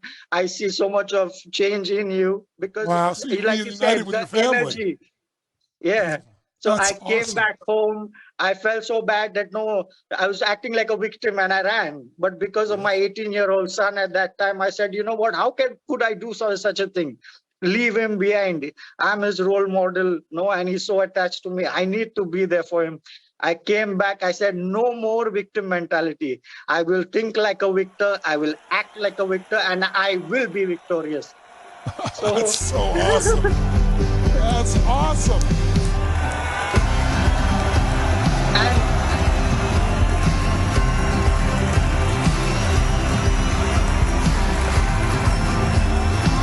And you know what? So you're back unified with your family, and you said you have 6 companies? Yes. So you employ not other big people. As yours. What's so that? I was like, every single day of my life since then, my prayer has been one thing: God bless me with more so that I can help more people. I can impact more. Yeah, I wear these little hats a lot of times just because it's easy, because I sweat so much and so forth, and they have a little shamrock on there. It's not about being lucky, because it says on the side of my hats I wrote down there, it says, be a blessing. And underneath it says, and you'll be blessed. And that's what you're doing. Well, listen, brother, I'm so glad I got to hear this pattern. Listen to the pattern again here. So he hit rock bottom. He hit enough pain that he had to change, right? He felt that. That's what made it happen. And then these new beliefs, this new way of living, these new emotions entered his life and shifted it all. Listen, brother, I want to thank you, and I want to meet you in person. So I'll tell you what, you may or may not be able to come in person, but now all my events you can do virtually too. So I want you to come to my business mastery program. If you have those business programs, you stay on the line. We're going to give you a business mastery. I want to share with you so you can grow your businesses. Give him a beautiful hand, Jason. Give him a hand, ladies and gentlemen. That's incredible. Beautiful. I cry when I hear this stuff. It just touches my heart so much because I know what it means. It was gorgeous. So thank you for sharing. And let me give you a shortcut for time's sake here. I've spent my entire life where my focus is I've got to produce the breakthrough now. Somebody calls on the phone, my kid's suicidal. Somebody calls on the phone, the athlete's burning down, the president's going to be impeached. What do I do right now? In order to do that, I've basically tried to study how do you accelerate the process of breaking through. So you don't have to wait until it happens. So let me ask you a question. I think for most of you, the thing that triggered you was pain. You got to enough pain that your brain finally said, I've had enough of this relationship or my body being this way or my income. How many of you got so much pain you finally made a change right now? How many got that? Say aye. Some of you, that's usually about 90% of the population. We don't have to have pain to change, but people tend to get stuck otherwise in comfort. But about 10% of the people usually change because something happened that inspired them. And sometimes it's a combination of the two. But then the second question is what made it last? And that's always a change in one of three things or all three. And I want to give you the shortcut. So from now on, from this day forward, if you go, I'm tired of the way my business is, or I'm tired of the way my economics are, or I want to change how I'm being as a parent, or I want a better relationship, these are the three things you hone on. Now, I'm going to give you these three real fast, but I'm going to give you in reverse order of importance. Why? Because I want to give you in the order most people attack them, and you'll see why most people fail. If you change the order, it's like if you know somebody's phone number and you dial it in the wrong order, you don't reach them. If you've got a vault and you know the right code, but you put the wrong order, it doesn't work. You don't get the goodies inside. If I said to you, the dog bit Johnny, or Johnny bit the dog, it's the same words, but a very different experience if you're Johnny, right? So when you change sequence of things, it changes the results. And so the number one thing when people want to change, let's say they're tired of where they are physically, their body, or their relationship, or their mindset, they're being sad or depressed or angry, whatever. The number one thing people usually try to answer is the question of how. So they look for a strategy. And that makes common sense, right? I need a better strategy to get this result. Now, I'm a strategist. I've spent my entire life, I don't believe in just rah-rah BS, because in the end, that's nice. You need energy, but you need a strategy to actually make it work. And the wrong strategy is it doesn't matter how enthusiastic you are. If your goal is to see a sunset, I'll give you a simple, silly metaphor. Your goal is to see a sunset, and you're totally positive you start running east looking for the sunset. I don't give a damn how positive you are. It's not going to work. And there are strategies in life or in business that could save you a decade. I've learned them. So I know how valuable strategy is, but you don't want to start with strategy, and there's a good reason. Because as important as strategy is, if the other two things aren't in place first, you'll try it. Have you ever said, people say, oh, I've already tried that, it didn't work. Oh, really? And what state of mind? How often? What did you change? What did you shift? How did you do it? People generalize, they give it a try. That'll never get the results that you want. For example, most of America, let's use America, we've got 195 countries in this room, and a lot of countries are modeling America, unfortunately, in this area. It's the highest amount of excess weight that's ever been seen in history. It's over 70% of Americans are overweight or obese. It's insane. Now, why is that? Is it because the goal or the strategy or the desire of being fit and healthy is just only the 1% know it? Or it's so expensive to be able to be fit and healthy? Or, it's so incredibly complex that no one can figure it out? Hell no. Or it's so scarce. The knowledge is so scarce. No. If I said to you right now, you told me I want to lose weight, or you want to get fit, how far would you have to go to get help? Most people, there's within a few miles of your home, there's a workout facility or YMCA or something. If not that, you can download onto your phone right now or your iPad 20 books. You can probably go online and get free courses. There's a million ways to do it. There's not one. There's so many ways, and it's available to everybody. Then why are most people overweight? Because it's not a strategy problem for most people. Get that. Now, don't get me wrong. Sometimes you have the wrong strategy. You're running east looking for a sunset, and you're like, why isn't this working? I remember, I don't know how many years ago, it was probably 12, 15 years ago, the cover of Time magazine was the Atkins diet. Anybody remember the Atkins diet? And it said that, I forget the number, I think it said 12% or 15% of Americans are on this diet. It was like the largest number of any diet that had ever been done. And I thought to myself, what are these people doing? Because if you did that diet, you had to pee on a stick because you had so much acidosis to try and balance it. And your breath was so bad, no one could get near you. What made you think this was a sustainable solution? right? You lose weight, yes, because you have someone ask you, do you pee and get rid of all your weight and you lower your calories, you lose weight with anything. But it's not sustainable. You follow me? So strategy sometimes is the problem. Don't get me wrong. The right strategy get where you want to go, but you don't want to start there. And I'll tell you why. When you've never accomplished something before, like you've always been overweight, or you've always been broke, or you've been through multiple relationships and it's not worked out, you start saying what he said a few minutes ago. Maybe there's something wrong with me. Everything happens bad to me. Nothing goes my way. And once you believe that, it's self-fulfilling. You're not going to change because the beliefs control everything. So the strategy, most people are trying to figure out how, and you can figure out the how, but you don't want to start with how. Write this down if you would. You don't want to fall in the trap of the tyranny of how. The tyranny of how. Because when people are going to get results, they do it because they feel certain and they give their all. When you've not done something before and you're uncertain, or you've lost weight and gained it back, or been through bad relationships, or had a business and it didn't work, or whatever, what happens is we're afraid of failure. And so we don't have the same certainty because we're afraid, and we've never done it successfully. We don't have any history. So the brain goes, okay, I'm going to go lose 20 pounds. I'm going to go make $100,000, $1 billion. I'm going to create this great relationship. And it goes in your brain, and then your brain goes, who are you kidding? How many of you have ever set a goal out loud to somebody, and then afterwards your brain went, who are you kidding? Come on, put it in the chat box if you've done that. Who's done this before, right? So it didn't get into your subconscious where you actually follow through. And so if you think about the greatest leaders in history, if you think of a Martin Luther King, when he gave I Have a Dream, his speech, he didn't know how to solve the problem. He just knew what was important and why. And he believed it with his soul. And by the way, he didn't know how, but not that many decades later, we had President Obama, whether you liked him or not, he broke that color barrier 8 years as president of the United States and was voted mostly by white people. So the world changed, not as fast as everybody wanted to, and there's still plenty to be improved. But it does change, but it doesn't always change by having the how first. It's what and why is first. When John F. Kennedy got up and said, by the end of this decade, we're going to put a man on the moon and return him to the earth, the people at NASA went, there's no way. We don't have the tools. He said, I don't care. This is what we're going to do. That's what makes you a leader. You don't have to know how first. You can get the how. But here's what you do need. You need something more than strategy. You need the right story.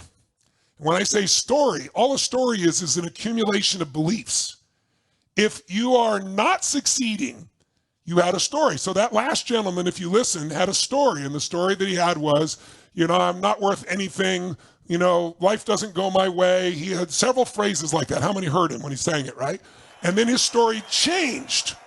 He could have changed any time, but his story changed to no, I must change now because the pain was too great. I have to find a way. And then he went to the event and he got a whole new set of beliefs, a whole new story he built. That no, the fact that life hasn't gone my way is a challenge of life for me to grow. It's why it happened. It's not that I'm being punished. It's I need to grow. If there's any area of your life, please hear me. If there's any area of your life where you still have pain, I want you to be able to be free of it, but I can only tell you this. You'll hang on to your pain until you find something you value more than your pain, as the First Lady described with her daughter. She decided that it wouldn't honor her daughter to live in pain, and decided to not be grateful for those 3 years would be insane. She decided, I'm going to continue to love the children in my life and still love my daughter. I'm not going to live in pain and give up my life. I value something more than my pain. Most people value their pain most of all. That's why they stay stuck with it. And they build a story around their pain. When someone doesn't lose weight, what's the number one reason they'll tell you? They'll give you a story. What do they say? I've tried what, guys? Put it in the chat box. I've tried what? I've tried what? Come on, put it in the chat box. I tried, that's right, everything. Right? No, you haven't tried everything. Have you tried everything? Really? Yes, I've tried millions of ways. Millions? Well, I've tried thousands. Thousands? Well, I'm sure I've tried hundreds. Hundreds? Well, I did do these 2 stupid things that don't work over and over again. That was their idea of tried everything. If you tried everything, you'd be fit and healthy. How many agree with me on this? Make some noise if you agree, ladies and gentlemen. All right? So you have to write down, change your story, change your life. See, that's what happened to both those people if you listened. They both had an event that was so painful, and then they got sick of the pain. They hit a threshold, no more. And the only reason they changed is they got a new story, a new set of beliefs about their life. I'm not the victim anymore. Remember, he was the victim leaving his son. And all of a sudden, no, I'm the victor. I need to come back to my family. I need to build. I need to find the way through. The fact things haven't gone my way is evidence that I've got answers. I just haven't come up with them yet. Pain stays until, how many have done this? How many of you have had an event in your life that was so painful you'd never want to go through it again ever? You never want anybody you care about to go through it. But 5 or 10 years afterwards, you look back and go, I'd never want to go through it again. But I'm grateful to the God or the universe that it happened because it made me so much stronger or it made me care so much more. Who can relate to this that it made you more? You found out what it is. So that's why I don't believe, I know life is always happening for me, not to me, but I've got to find it. That's my job. That's not God's job. That's not the universe's job. That's mine. So if you come up with a different story, if you don't have a great relationship, what do people say? All the good ones are gone, or they're gay and I'm not, or I'm gay and they're not, or I'm non-binary and they're not, or come on. There's almost 8 billion people in this world. There's people out there that you could have the most beautiful relationship with, but your story is because you had so much pain, you don't want to go through it again, so you create a blockage, a story, a set of beliefs that limits you. If you shift that, everything shifts. But once you believe your story, you're stuck. I'll give you an example, a simple example, one you wouldn't even probably relate to. As a kid, maybe you're sitting at the table for dinner and your mom or dad says, and you're really hungry and just starting to eat, and they say, could you get me the salt? And you think to yourself, I'm hungry, I don't want to do this. So what do you say? So, I don't know where the salt is. I don't know where the salt is. You're not lying. You don't know the exact GPS location of the salt. And your mother and father, they're not putting up with that crap from you. They go, you know where it is, go, get in the kitchen, get me the salt. And so you get up and you, I don't know where the salt is. I don't know where the salt is. In your head, I don't know where the salt is. I don't know. You open the cupboard, you look around. I don't know. It's not here. And your parents yell back, it's on the second shelf. And you're going, I don't know where the salt is. I don't know where the salt is. You look, you go, it's not here. They walk right beside you. They reach right in front of your face and they go, what is this? Who's had one of these experiences? Make some noise if you've had one of these experiences. Your eyes saw the salt, but your brain would not allow you to perceive it because you kept telling yourself a story over and over again till you created in psychology what we call a scotoma, a blind spot. It's right there in front of you. Have you ever tried to help a friend and they have a problem, you got the answer, you show it to them and they're like, no, that won't work, I've tried everything. It's because of their story. Divorce your story of limitation and marry the truth that you have unlimited possibilities if you're committed and step up and are willing to do the difficult things.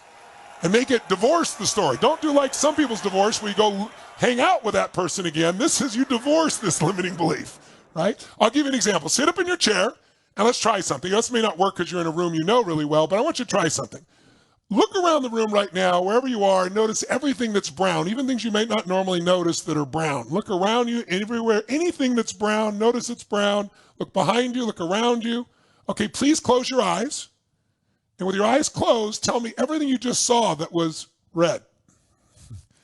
Now, if you're seeing a lot more brown than red, say yes for those out there. Good. Now open your eyes. Everyone open your eyes and look for red. Look for red. Anywhere you can find red, look for red, look for red, look for red, look for red. Give me a thumbs up in the chat box or raise your hand, say yes if you found a lot more red now this second time. Come on, let me hear you out there, ladies and gentlemen. So here's my question. Why did you find more red? Because seek and ye shall find, it says in a very good book called The Good Book, right? So it's like whatever we look for, we're going to find. We'll even find stuff that's not there. I'll prove it to you. I'll prove it to you. Once you believe something, once you lock into something, how many of you saw beige colored things, called it brown just to feel successful? Come on, make some noise if you did it. How many saw burgundy, called it red, just so you could feel more successful longer on your list, right? So if you start believing the story, there's something wrong with me, you're going to find things that are wrong with you, even if they're not. If you think somebody's horrible, you're going to find horrible things in them, even if they're not. If you believe someone's your friend and they treat you badly, you're going to rationalize they're having a bad day, and you'll find how they're still your good friend, won't you? So our beliefs, our story, are the glue that either holds us in place of limitation or holds us in place so we can go for progress. Because you're not going to implement the story if you believe all the good ones are gone, or I've tried everything. You follow me? Or I'm just not made for this. So what I do in all my seminars, every seminar I do has a section where we shift your beliefs. We find the most limiting beliefs and we annihilate them. I say annihilate them so they're no longer in your body. They're not intellectual. How many of you have some beliefs that intellectually you know better, but emotionally they get you at times? Who can relate to this? Make some noise when you relate to this, right? So you got to break that pattern. And then finally, the order really needs to start with the other S, the first one, which is state. See, your mental emotional state controls everything. The reason we do a little clapping, a little moving, and I'm doing this right now and I've got little small screens, but when we do the seminar, I have 25,000 square feet. We've literally got 20-foot high LED walls. I can see everybody in the world, all of you huge. I can see your name, I see your kids, I see what's going on. So here I can just see the people that are in Zoom. I can't see you guys at home there doing YouTube or Facebook, but I got enough of you to see what's really going on. But what we're doing is changing state. You move, you breathe, you shift everything. Now, and I'll give you an example when I say state. Have you ever gotten pissed off at somebody, really mad at somebody, and then as you get pissed off of them, you can suddenly remember everything they've ever done that's pissed you off? Who knows what I'm talking about? Make some noise out there. Give me some thumbs up on the wall there, right? But look at the opposite. You ever fallen head over heels in love? Who's ever fallen head over heels in love? Come on. Oh, it's got to be more people than that. Do me a favor, just for a moment. I'm going to ask you at different times during this week, do some funny things. And one of them is I'll ask you to make certain sounds and, just instinctively make the sound. And the reason is it causes you to use a different part of your brain, a deeper part of your brain where beliefs get stored. So right now, I want you just for fun, make the sound you'd be making if you're totally head over heels in love. Nice and loud. Go ahead. Head over heels in love. Come on, go for it. There you go. Now, for some of you, it's obviously been a long time based on that reaction. So let's add love and lust, love and excitement, love and passion. This time, really give it your all. Make the sound and celebrate love and passion. Come on.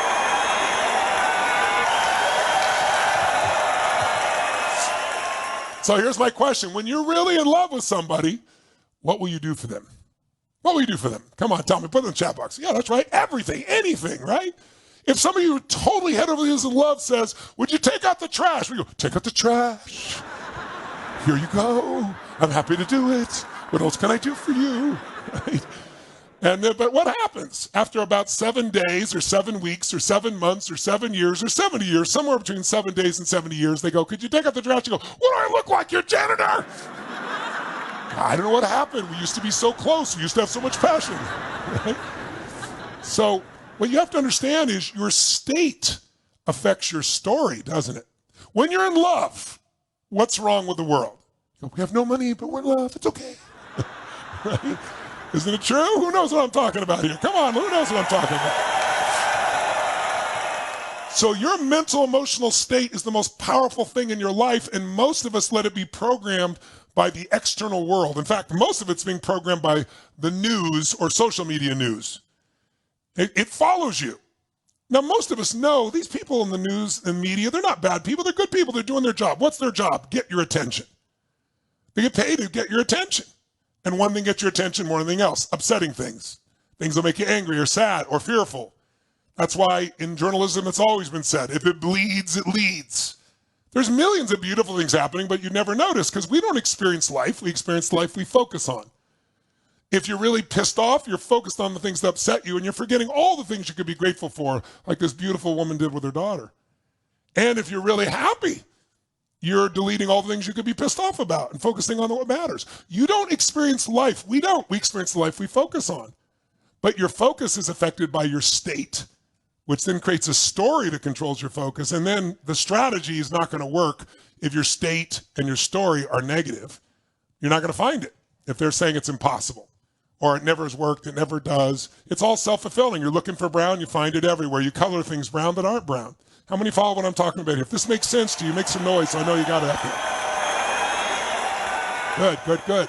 So think of state as the most important thing of all. And here's what you need to know. Your mental emotional state can be changed so easily, but most of us don't know it. Most of you turn on certain music. That's one way to change state. Some people eat to change state. Unfortunately, that has side effects, especially if you eat the wrong things. That's what a lot of people do. They're emotional, they eat, right? What other ways do people change their state? They change their focus to change their state. They go shopping or do something, right? But you can also change your state in ways that don't have a downside, smoking, drinking, etc. You can do it just by movement. In fact, I've been teaching for 45 years. This blows my mind, that changing your body, called physiology, the way you move, the way you breathe, the way you use your voice, instantly changes biochemistry. Stanford just did a study and showed it again. But about, I don't know, it's been about 6 years. I think Harvard did a study and proved what I've been sharing with people scientifically for years. Theirs was just on power postures, they called it. Power postures were, well, let me show you. If you stand up, let's try something just for a moment. Stand up if you would, and I'll show you something. They found that if you stand like Wonder Woman or Superman, with your hands are right here on your hips, your shoulders are back, you're breathing fully, right, your head's up, and you do this just for 2 minutes like this is what happens. Whether you're a man or woman, doesn't matter. Your testosterone increases 20% in your bloodstream. Now that gives you drive. The stress hormone, which is called cortisol, drops 25% after 2 minutes of doing this. And your risk tolerance, your willingness to take the risk, is increased by 33%. Now, I don't teach people to stand here, with their shoulders back and do this. By the way, you can do the same thing. The guy who's obnoxious in the meeting, who's got his legs back, his arms back like this, will produce the same biochemistry, by the way. So you can sit down. But what I do is I use movement and your voice. See, the way you move with voice is more dynamic than just the still movement. But they prove that 2 minutes of that alone will change your biochemistry. So when we move, we dance, we clap, we use our voice, that changes a profound change. And again, I'll walk you through this when we walk through a little bit the Stanford study and why a year after the program, a year after Unleash the Power Within, these people's lives are still changed so radically. Because biochemically, you're rewired differently, not by taking a drug, by directly wiring yourself. So your state can be changed by movement, by voice. By the way, what does a person who's depressed look like? If I said to you, I'm going to give you a $100,000 donation to your favorite charity, and there's a person who's depressed buying curtain number 1, if you can describe their way they're being physically, I'll give you the money. I bet you could do it. If they're depressed, tell me, where are their shoulders? Put it in the chat box. If somebody's really depressed, where are their shoulders? And those on camera, show me, where are their shoulders? That's right, they're forward. Is their head up or down a bit? That's right, it's down. In the chat box, are they breathing full or shallow? Absolutely shallow. Are they talking loud or more quiet? Quiet. And are they talking faster or slower? Slower. How do you know this? Because you have practiced this shit at some point, haven't you? Come on. But if you take that same person and you change the way they move, the way they breathe, they use their voice, you instantly change their biochemistry. And now in a new state, you have a different story about life. And now, if I didn't have the strategy, if you don't have the strategy, you'll find it or you'll make one. How many follow this? Say I. So for the rest of your life, this is what I want you to get. For the rest of your life, if you want to accelerate the pace at which you achieve something or you create a breakthrough, first you got to get leverage to say, this is happening now. And then all you got to do is put yourself in the right state. That's why it happens now. She said, the first young lady said that she was there and she had this energy in her body. Well, that's what we were doing in the seminar, and she made the decision from there. If I made the decision from here, it's not going to have much. Like if you have the perfect dough or pie or whatever it is, and you put it in the oven, and it's supposed to be at 625, and you put it at 25 degrees, you're going to get mush. And that's what people do with their lives. This is 25 degrees. Okay, yeah, right, I know. I've tried that stuff. It doesn't work. Versus, we're doing this right now. And so you got to train that into your nervous system. That's what I do. And that's what we're going to do if you're willing to. A couple hours a day, we'll do this a little bit in and out, not obnoxiously. I mean, my biggest challenge is my shortest thing I do is 50 hours. It's usually the shortest day is 12 hours. And we're trying to do it here in 2 hours and some change on today. So if this makes sense to you, if you say, man, I want to change my body, I want to change my emotion, I'm going to start with my state, I'm going to come up with a better story, then I'll get the strategy. If that makes sense to you and you're going to use this, say I. Say I. Awesome. Now I want to give you one last tool before we go, and this is really simple but valuable. And it's experiential. Because some things, I like to do things where you're not just writing notes, but you feel it. So most of you, who's ever gotten stuck? And you might be stuck right now with something. In some areas of your life are great. Who's ever gotten really stuck? Right? When we get stuck and not able to turn things around, it's not that we're not capable of turning it around. It's just that we get stuck using only a part of ourselves. And so I'm gonna have you try something kind of interesting. And you got to be willing to experiment with me. And if you do it playfully, you'll have a blast and it'll really work. But I'm going to give you 4 archetypes, 4 ways of being that are inside of you. No, there's more than 4. My wife, I think she got 167. I got different names. I got Sage. I got Bonnie Pearl. Like, I know in the beginning, I'm like, who am I talking to? She changed personalities on me here all of a sudden, right? And I've got some names I won't tell you that are my private names for her, right? But anyway, my point is we all have more than one personality, but when you use one, you get stuck. It'll work in some situations, but not others. So let me give you a practical example. I work with a lot of athletes. So I think a little over 3 years ago, 3 years ago, January, I was working, with an athlete who's pretty famous, and he's part of the UFC, and it's Conor McGregor. And Conor had not fought for a year. He had lost to a previous opponent, and there was really bad blood between them, really bad blood. And he was really angry. And his team called me up and said, Conor's in good physical shape, but we're just concerned. He's got so much anger still, and he's using up all his energy doing that. And he's got this big fight. The guy's going to fight, his name was Cowboy. This was 3 years ago, January. He said, Cowboy's got all kinds of records. And, he loses this too. I don't know what's going to happen. I don't think he will, but we'd love to have you help. So I got to meet Conor. And Conor, if you ever remember Muhammad Ali, if you're old enough to remember him, he put on a show, and Conor puts on a show, a personality. But behind the scenes, he's really a beautiful man. He's a major contributor to all kinds of people's lives. But, if he drank too much alcohol, like most people, he could be a little crazy. And so he decided, no alcohol, I'm going on full tilt, I'm going to win this fight. He was really committed. And so one of the things I did with him, I sat down, I listened for a while, and I said, Conor, I give several things with him, I'll just give you one thing. I said, I've noticed there's a pattern. Your rage and your anger can be useful and can be channeled, but it is so dominant, you're missing other parts of yourself. And I said, so I'd like to try something with you that seems a little weird. So maybe you want to get rid of everybody so you can feel like it's in private. And we're going to do the same thing. And what I had him do is this, I'll tell you, because it's what we're going to do. I had him stand up, and I said to him, here's what we're going to do.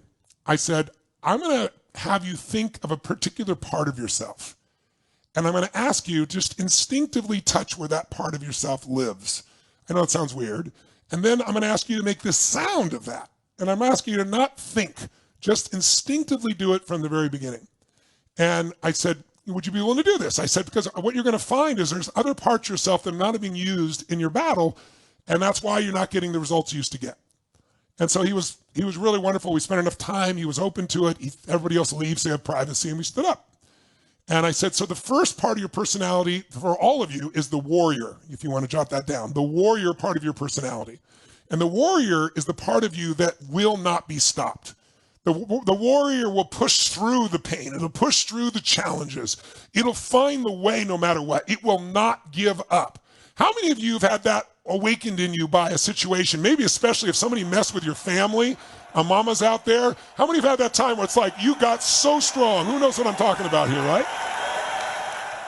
I love seeing these mamas that won't put up with us anymore with their kids being taken care of. You see a little mama and she's on fire. She's as strong as any UFC. Why? Because the warrior gets awakened if you start challenging my family, right? You try to hurt somebody I love, as an example.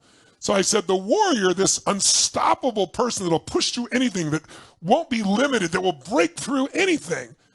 I said, where does that person live in you? And I said, just scan your body where, and for him, it was here. He goes, right here, right here. I said, great. Now, this seems a little weird, but I'd like you to please do it and just don't think. I said, I want you to make the sound of the warrior. And his first attempt at that was kind of feeble, and I was like, that's pretty pathetic. And then he made this roar sound that was so intense. So it acted, you understand what's happening? The sound in his body activated. He's touching the point where it lives, and he's activated it with a sound very intensely. I had to do it 3 or 4 times. So it's really there. And then I said to him, I want you to say this. The warrior says, Conor, all you need to remember, all you need to focus on, all you need to do is what? I don't want you to think. I just want you to come from that part of yourself, and I want you to finish this phrase. You're going to say, the warrior says, and you'll say your name. He says, Conor, all I need to remember, all I need to do, all I need to focus on is what? And then he told me an answer. I said, let's do it again. What else does the warrior say? It's all you need to remember, all you need to do. And then a couple times I made him come back, make the sound, so he stayed in the warrior. Because if you get in your head, then you're thinking. It's not the same. So I got him in a spot, and then boom, he got all these great lessons. And I said, now, my guess is your warrior's overworked, that you've used your warrior exclusively, because you used to be known as Mystic Mac. Connor was known as Mystic Mac. He had this ability to almost like read the mind of an opponent. Like he knew where the next punch was coming from. And because he knew, he could anticipate, and that's what made him so amazing. But I said, there's not been much Mystic Mac. But here's where that is inside you. There's a magician in you. That's the second part of your personality to jot down, a magician.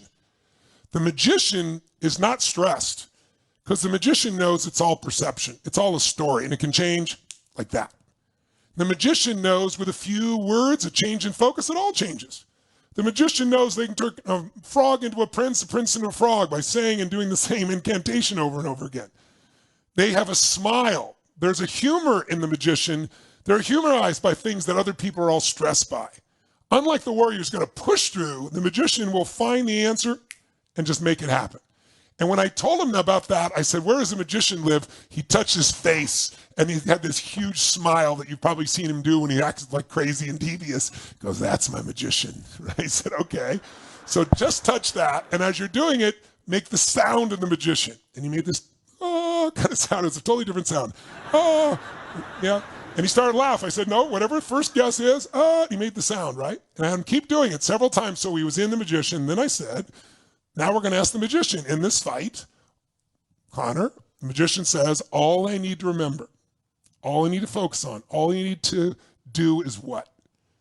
And he was in a totally different state. The voice was different. And I'm writing this down. I had a little recorder. And sure enough, wrote it all down. And what else does he say? Put him back in state. What else? And we got about a dozen. And the answers were completely different. The magician said, the warrior's strong. The warrior, we need the warrior, but I will help you find the opening. We will find the answer. There's never need to panic. You had all these great jewels.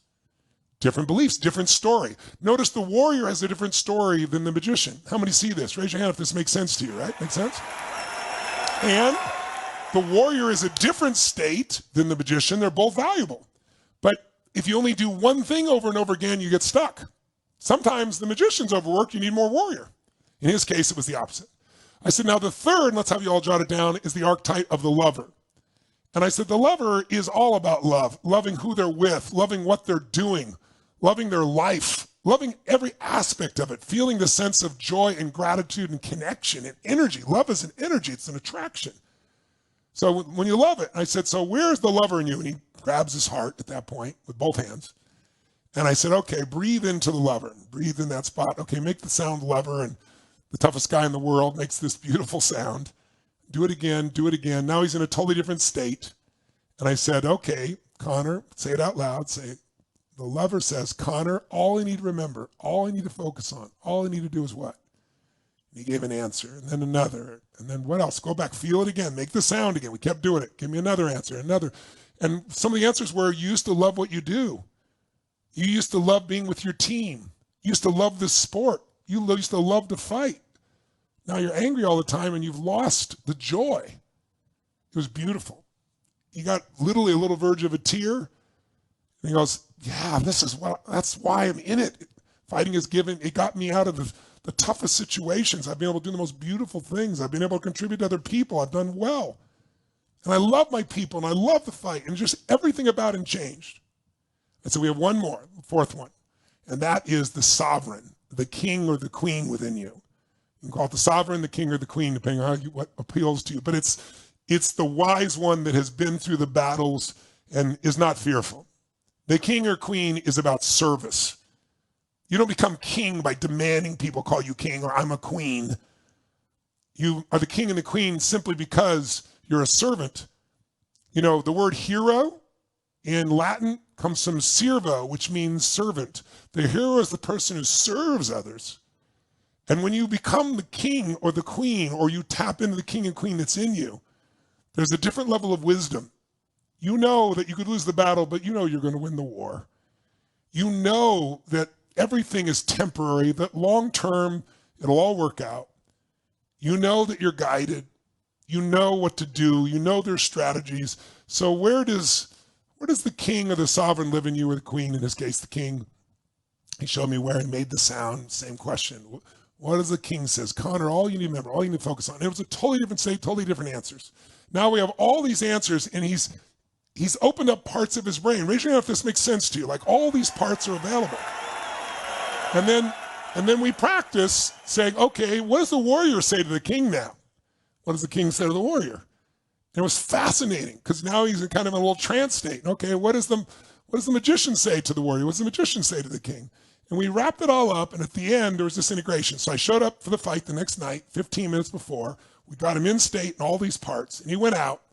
And the first 30 seconds of the fight, it looked like Cowboy. He beat him with a punch, and like, oh my God. And sure enough, in that moment of what should have been defeat, he found an opening. He saw something instinctively. That mystic Mac magician saw it, and he headbutted this guy and then punched him. The fight was over in less than a minute. He won the fight, blew it away, went from look like the jaws of failure to victory that fast. And afterwards, it was beautiful. He invited me in the octagon with his victory. We had a great time together. But the best part of it was, he's like, my magician came back out. He goes, and I was there loving it. And my favorite part of the whole thing is, he wins the fight. Normally this would be an ego moment, right? He literally walked over and he gave Cowboy a hug. And he said, man, you've got records I don't have in this league. I just want you to know I honor you. That's one, even though it was a short fight, one hell of a fight. And then he went over to Cowboy's grandmother, who had raised Cowboy like his mother, and said, I really honor you. Cowboy's amazing. And in the interview afterwards, the thing I was most proud of Connor was he talked about, look, Cowboy's got some records I still don't have. I mean, I really honor the man, but I'm grateful I got to win. It's beautiful. He won the fight because he used all the parts of himself. You get caught in the anger, you're only going to use one part of yourself. How many find this intriguing? I'm curious if you find this intriguing. Great, then let's do this. Stand up wherever you are in the world, and we're just real quick, I'm going to take you through this, and shake out your body just for a second. Shake out your body. In fact, just for a second so there's more energy. Point at somebody on the screen and go, I own you, baby. No, I own you. No, I own you. On 3, wake your body up and out. Breathe nice and deep. And then I want you to think about a warrior in you. Whether you're a man or woman, doesn't matter. We all have a warrior. If it's needed, it's there. Let's bring it out for a moment. The warrior is the unstoppable part of you, the part that won't give up, the part that will find a way, the part that maybe you've got you to sign up for this class and said, I don't care what you're feeling, we're going to do it anyway, right? There's a warrior in you. Just kind of scan your body. Where does the warrior live? And then touch that part of you, wherever it is. Touch that part and keep your hand there, wherever your warrior is. That's it. Good, good, good. Different for everybody. Good. Now, touch that area, and I know this sounds weird. I want you to just unleash a sound of the warrior. Just don't even think about it. Make the sound of the unbeatable, undefeatable warrior. Touch that spot, make the sound. Go, make the sound now. That's it, go for it, full tilt. Do it again, make it louder. Get the warrior out loud. That's it, the warrior, that's it, the warrior. One more time, the warrior sound.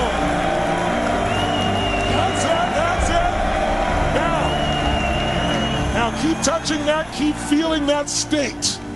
And I want you first to think about something, this is how we're going to use this. What's something you want to deal with in your life? What's something that needs to be handled that you've been putting off? Is there some unfinished business someplace in your life where you need to tell somebody something, you need to end something, or you need to begin something, or you need to start something new, but you haven't done it. You know you need to change it, but you haven't done it. Something's been holding you back. How many got some area of your life where you need to make a change or an improvement or something's holding you back or unfinished business? Great. Then we ask for advice. It'll be about that situation, okay? That situation. So once again, touch your warrior, wherever the warrior is in you. Make the sound of the warrior again, nice and loud as you can. Go, the sound of the warrior. The sound of the warrior. Make the sound of the warrior. The sound of the warrior. That's it, that's it, that's it, that's it, that's it. That's it, that's it, that's it. That's it, that's it, that's it. All right. Keep touching that area, feeling that now, and say this out loud. Say this out loud.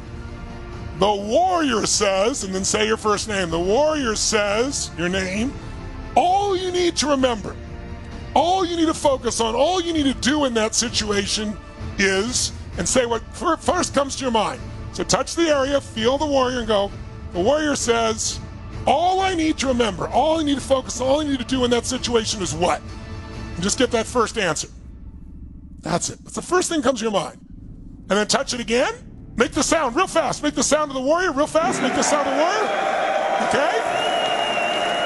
Keep feeling it. And then let the warrior tell you something else as well. The warrior says, in that situation, all I need to do, all I need to focus on, all I need to remember is what? If you want, you can write it down real fast. Stay standing though, or you can remember it and do it later. All right? Let's do one more. Touch it. Touch where the warrior is. Make the sound of the warrior just for 10 seconds. Go. Make the sound. Make the sound.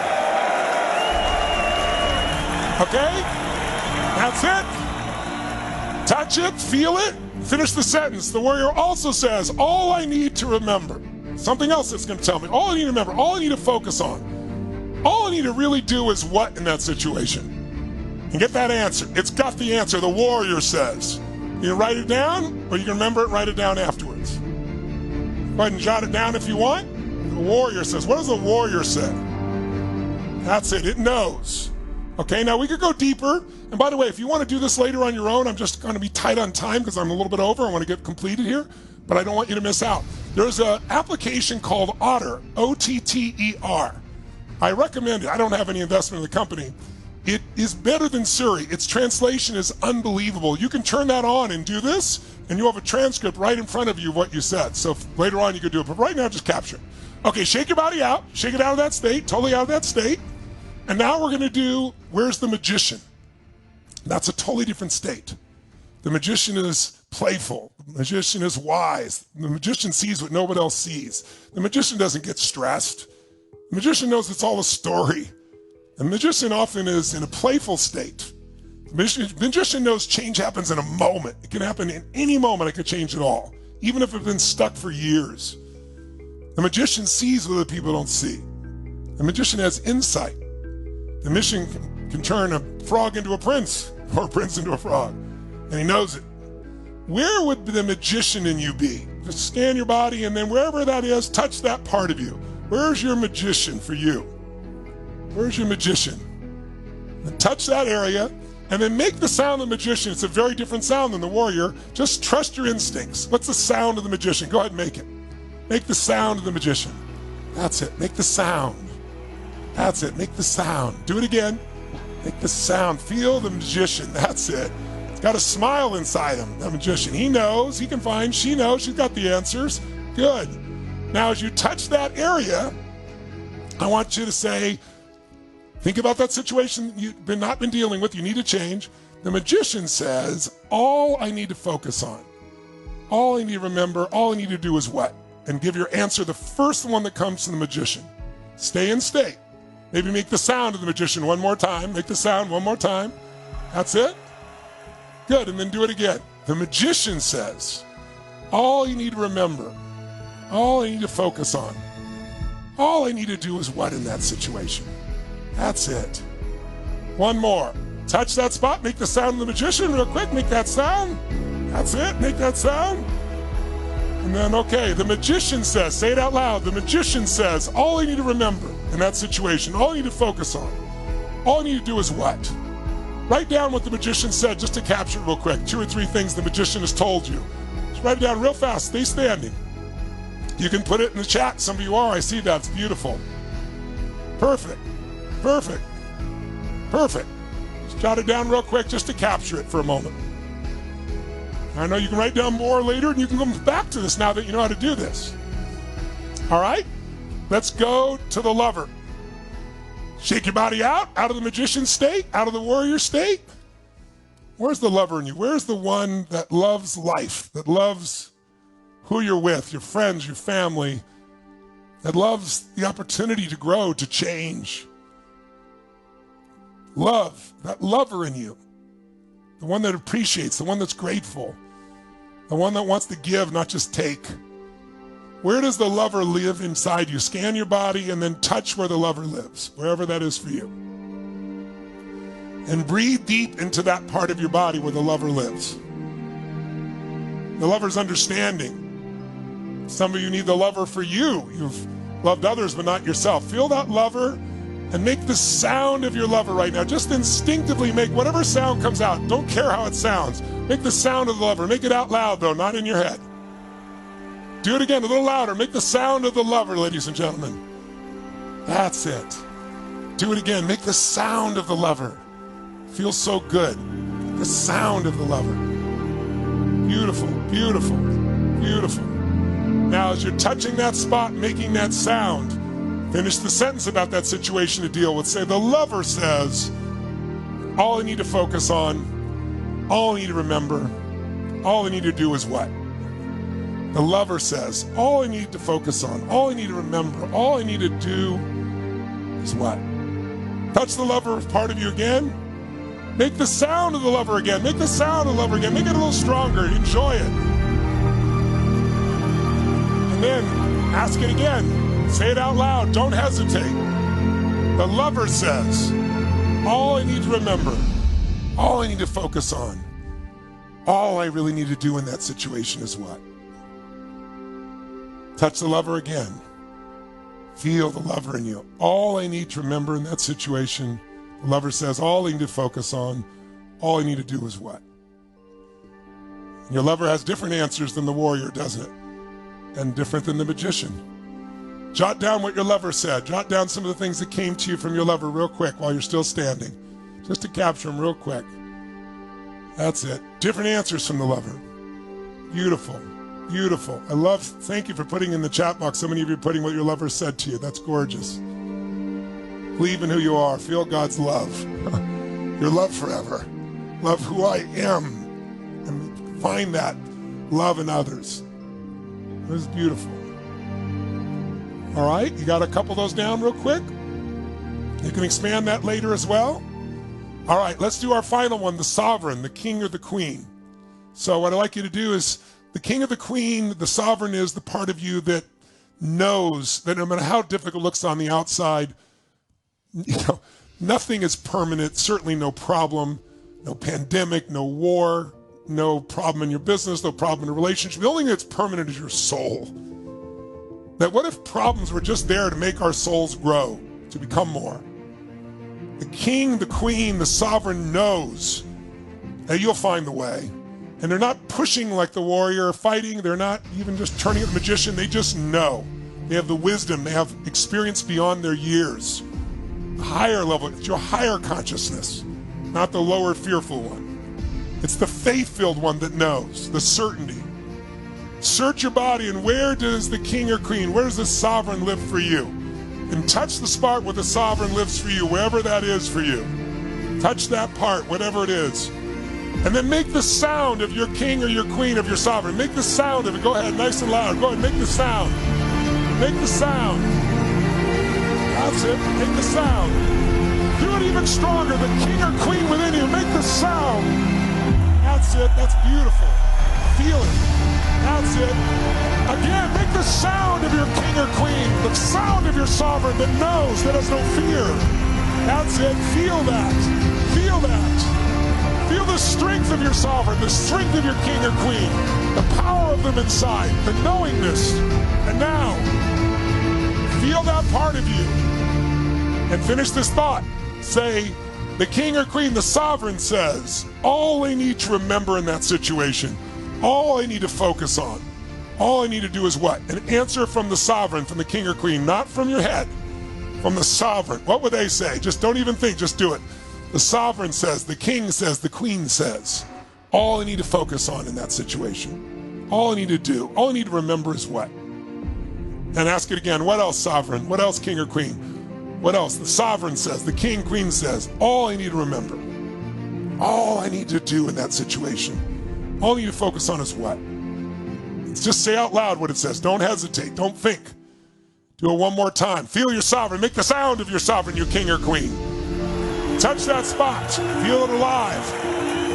That's it. And now, finish the sentence. The king, the queen, the sovereign says, all I need to remember in that situation, all I need to focus on, all I really need to do is what? And then jot down while you're standing what your sovereign has said real quick. What did your sovereign, your king or queen say? What do you need to remember? It's different usually. different than what you've heard from anything else. That's right. That's right. Feel it. Feel it. Good, good, good. Good. Awesome. Jot them down. How many got different answers from your warrior than you did, for example, from your lover, than from your magician, right? How many got some answers you could use to make your life better in this area, ladies and gentlemen? Just try one last one. Bring back your warrior for a moment. Wherever your warrior is, touch your warrior, make the warrior sound. Go. Let's wait till warrior sound.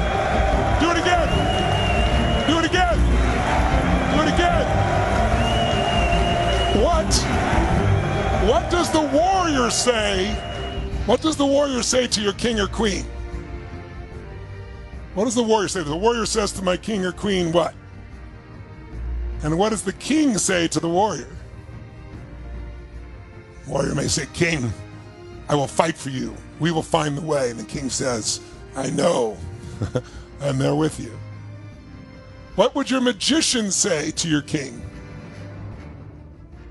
The magician says, Dear king, we can change this in a moment. I know it looks terrible, but the king says, I know, I'm with you. Thank you for your service. What does the lover say to your king? I'll love through this always. The king says, I love you, my lover. What do they say to each other? See if you get another insight or two from that. How many got some nice answers from this simple little process? How many think this might be worth doing a little more depth for you later on? All right, give it up for everybody, ladies and gentlemen. Give it up for everybody. Come on, wake it up.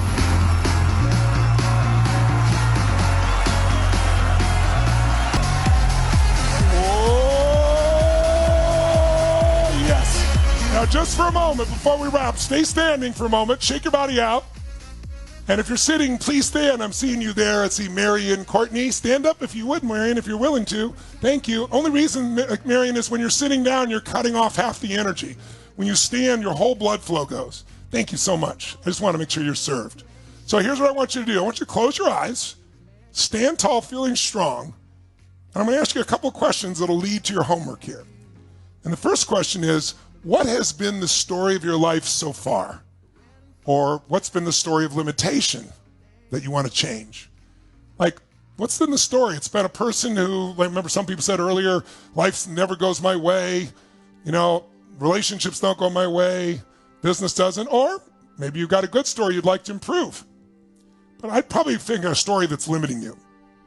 Like, what's a belief or story you have about relationships or intimacy or love or kids, parenting, or money, or career, or business that's limited you, or about happiness, or about God. If I had to say, what's the limiting story you used in the past? What's been a limiting story? About a person that struggled with what and couldn't overcome what, couldn't find the way of what? And what role did you play in the story? Were you the jester, the joker? Were you the bishop? Were you the one seeking God? Were you the king? Were you the pawn? Were you the knight? Were you the victim or the victor?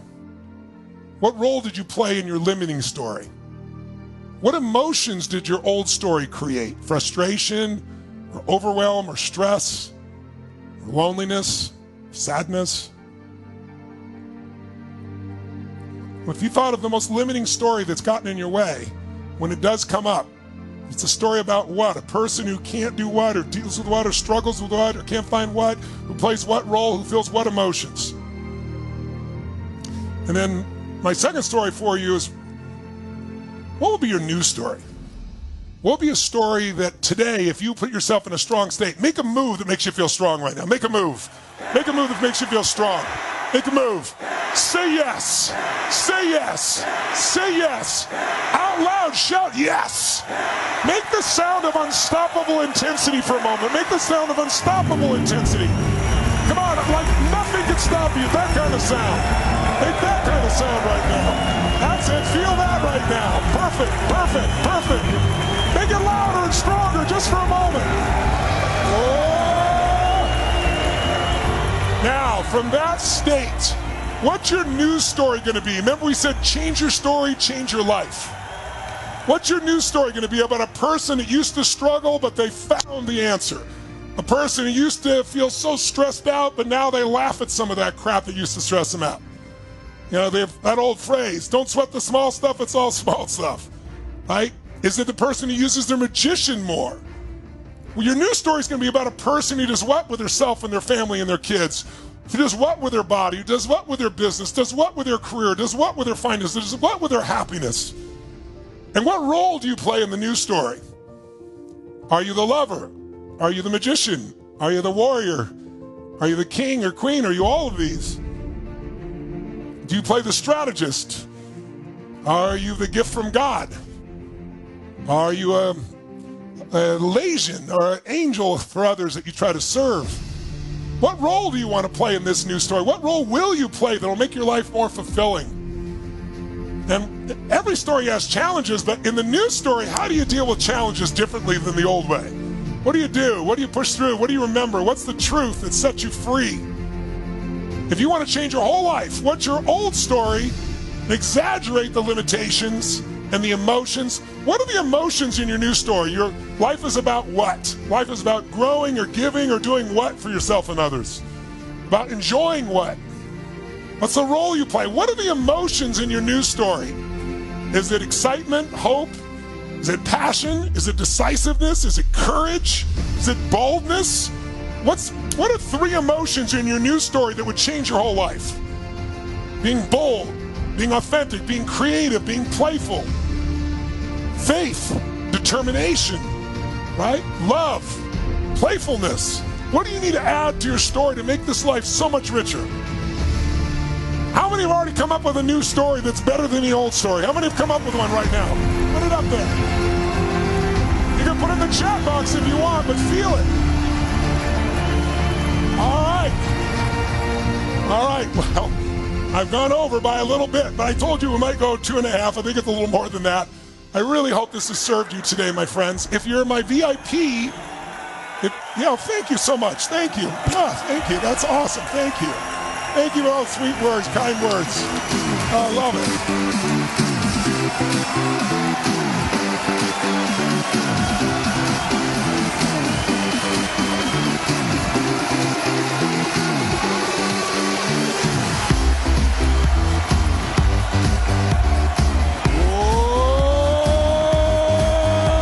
Yes. Well, we've got 4 more days to this. We have some other beautiful guests. Please don't miss. It's costing you nothing, but here's the price. I want you to do something. Who's up for doing something here, ladies and gentlemen? So what I'm going to ask you to do is to take out your phone and tell us what your old story was. Real briefly, my old story was about this limitation, that challenge. I felt these feelings. I played that role. My new story is, here's what my life's going to be about. This is what I'm focusing on. This is the role I'm going to play. These are the emotions I'm going to feel. And then put it in the Facebook group, because I'll be watching them all. I was up all night. Some of you, a few of you, I've been wrote and put little videos to at 3 a.m. So I'll be there too, but my team will. And we're going to pick some wonderful examples, and you'll inspire other people and yourself, but you'll also be putting yourself on the line, making a declaration, right? Here's the old story. Here's what I'm committed to now. So you're going to go there to #newsstory, and you're going to go there, and it's what's your old story, what's your new story, and how will this new story change your life for the better? And so that's where we're going. Now I'm going to give you KK before we wrap up. She's going to give you a couple of quick just announcements. And then we're taking a 5-minute break, or 10, I guess, 5 or 10.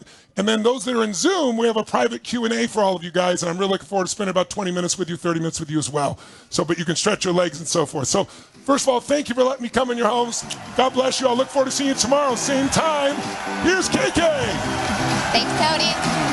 Let's give it up for Tony Robbins, everybody. Day 1 of the Unshakable Challenge. And give it up to every single one of you. You've been amazing today.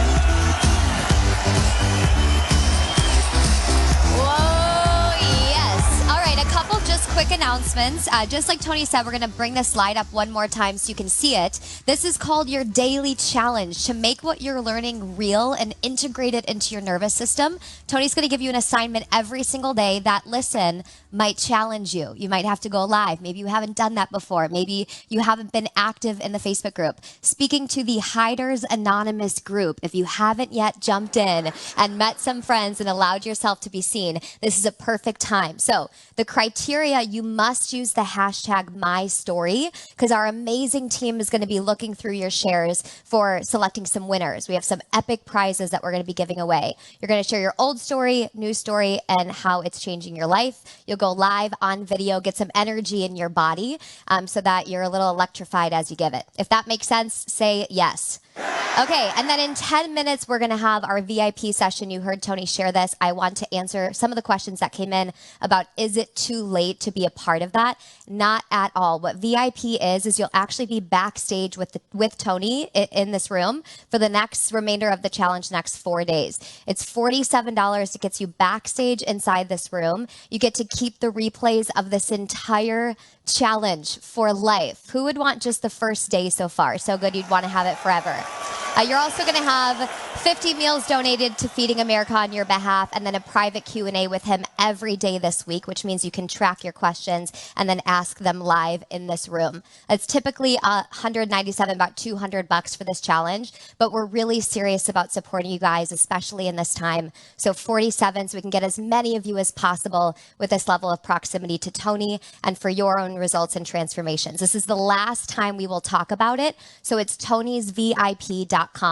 If you want to upgrade and get in, we'll put that up somewhere for you. tonysvip.com. Again, $47. It's like $9 a day to keep this entire thing for life and really set yourself up in 2023.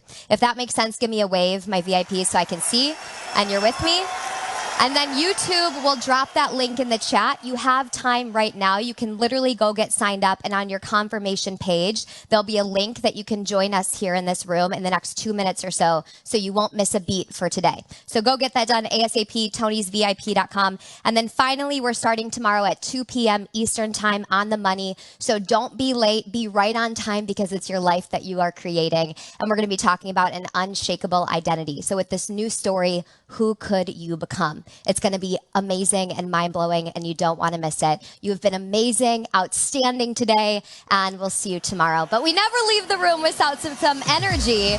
So get up out of your seats, shake the body out, celebrate yourselves for a job well done. Day 1 of the Unshakable Challenge. VIPs, we'll see you in 10 minutes. Everybody else, take this time to get signed up. tonysvip.com. We'll see you soon.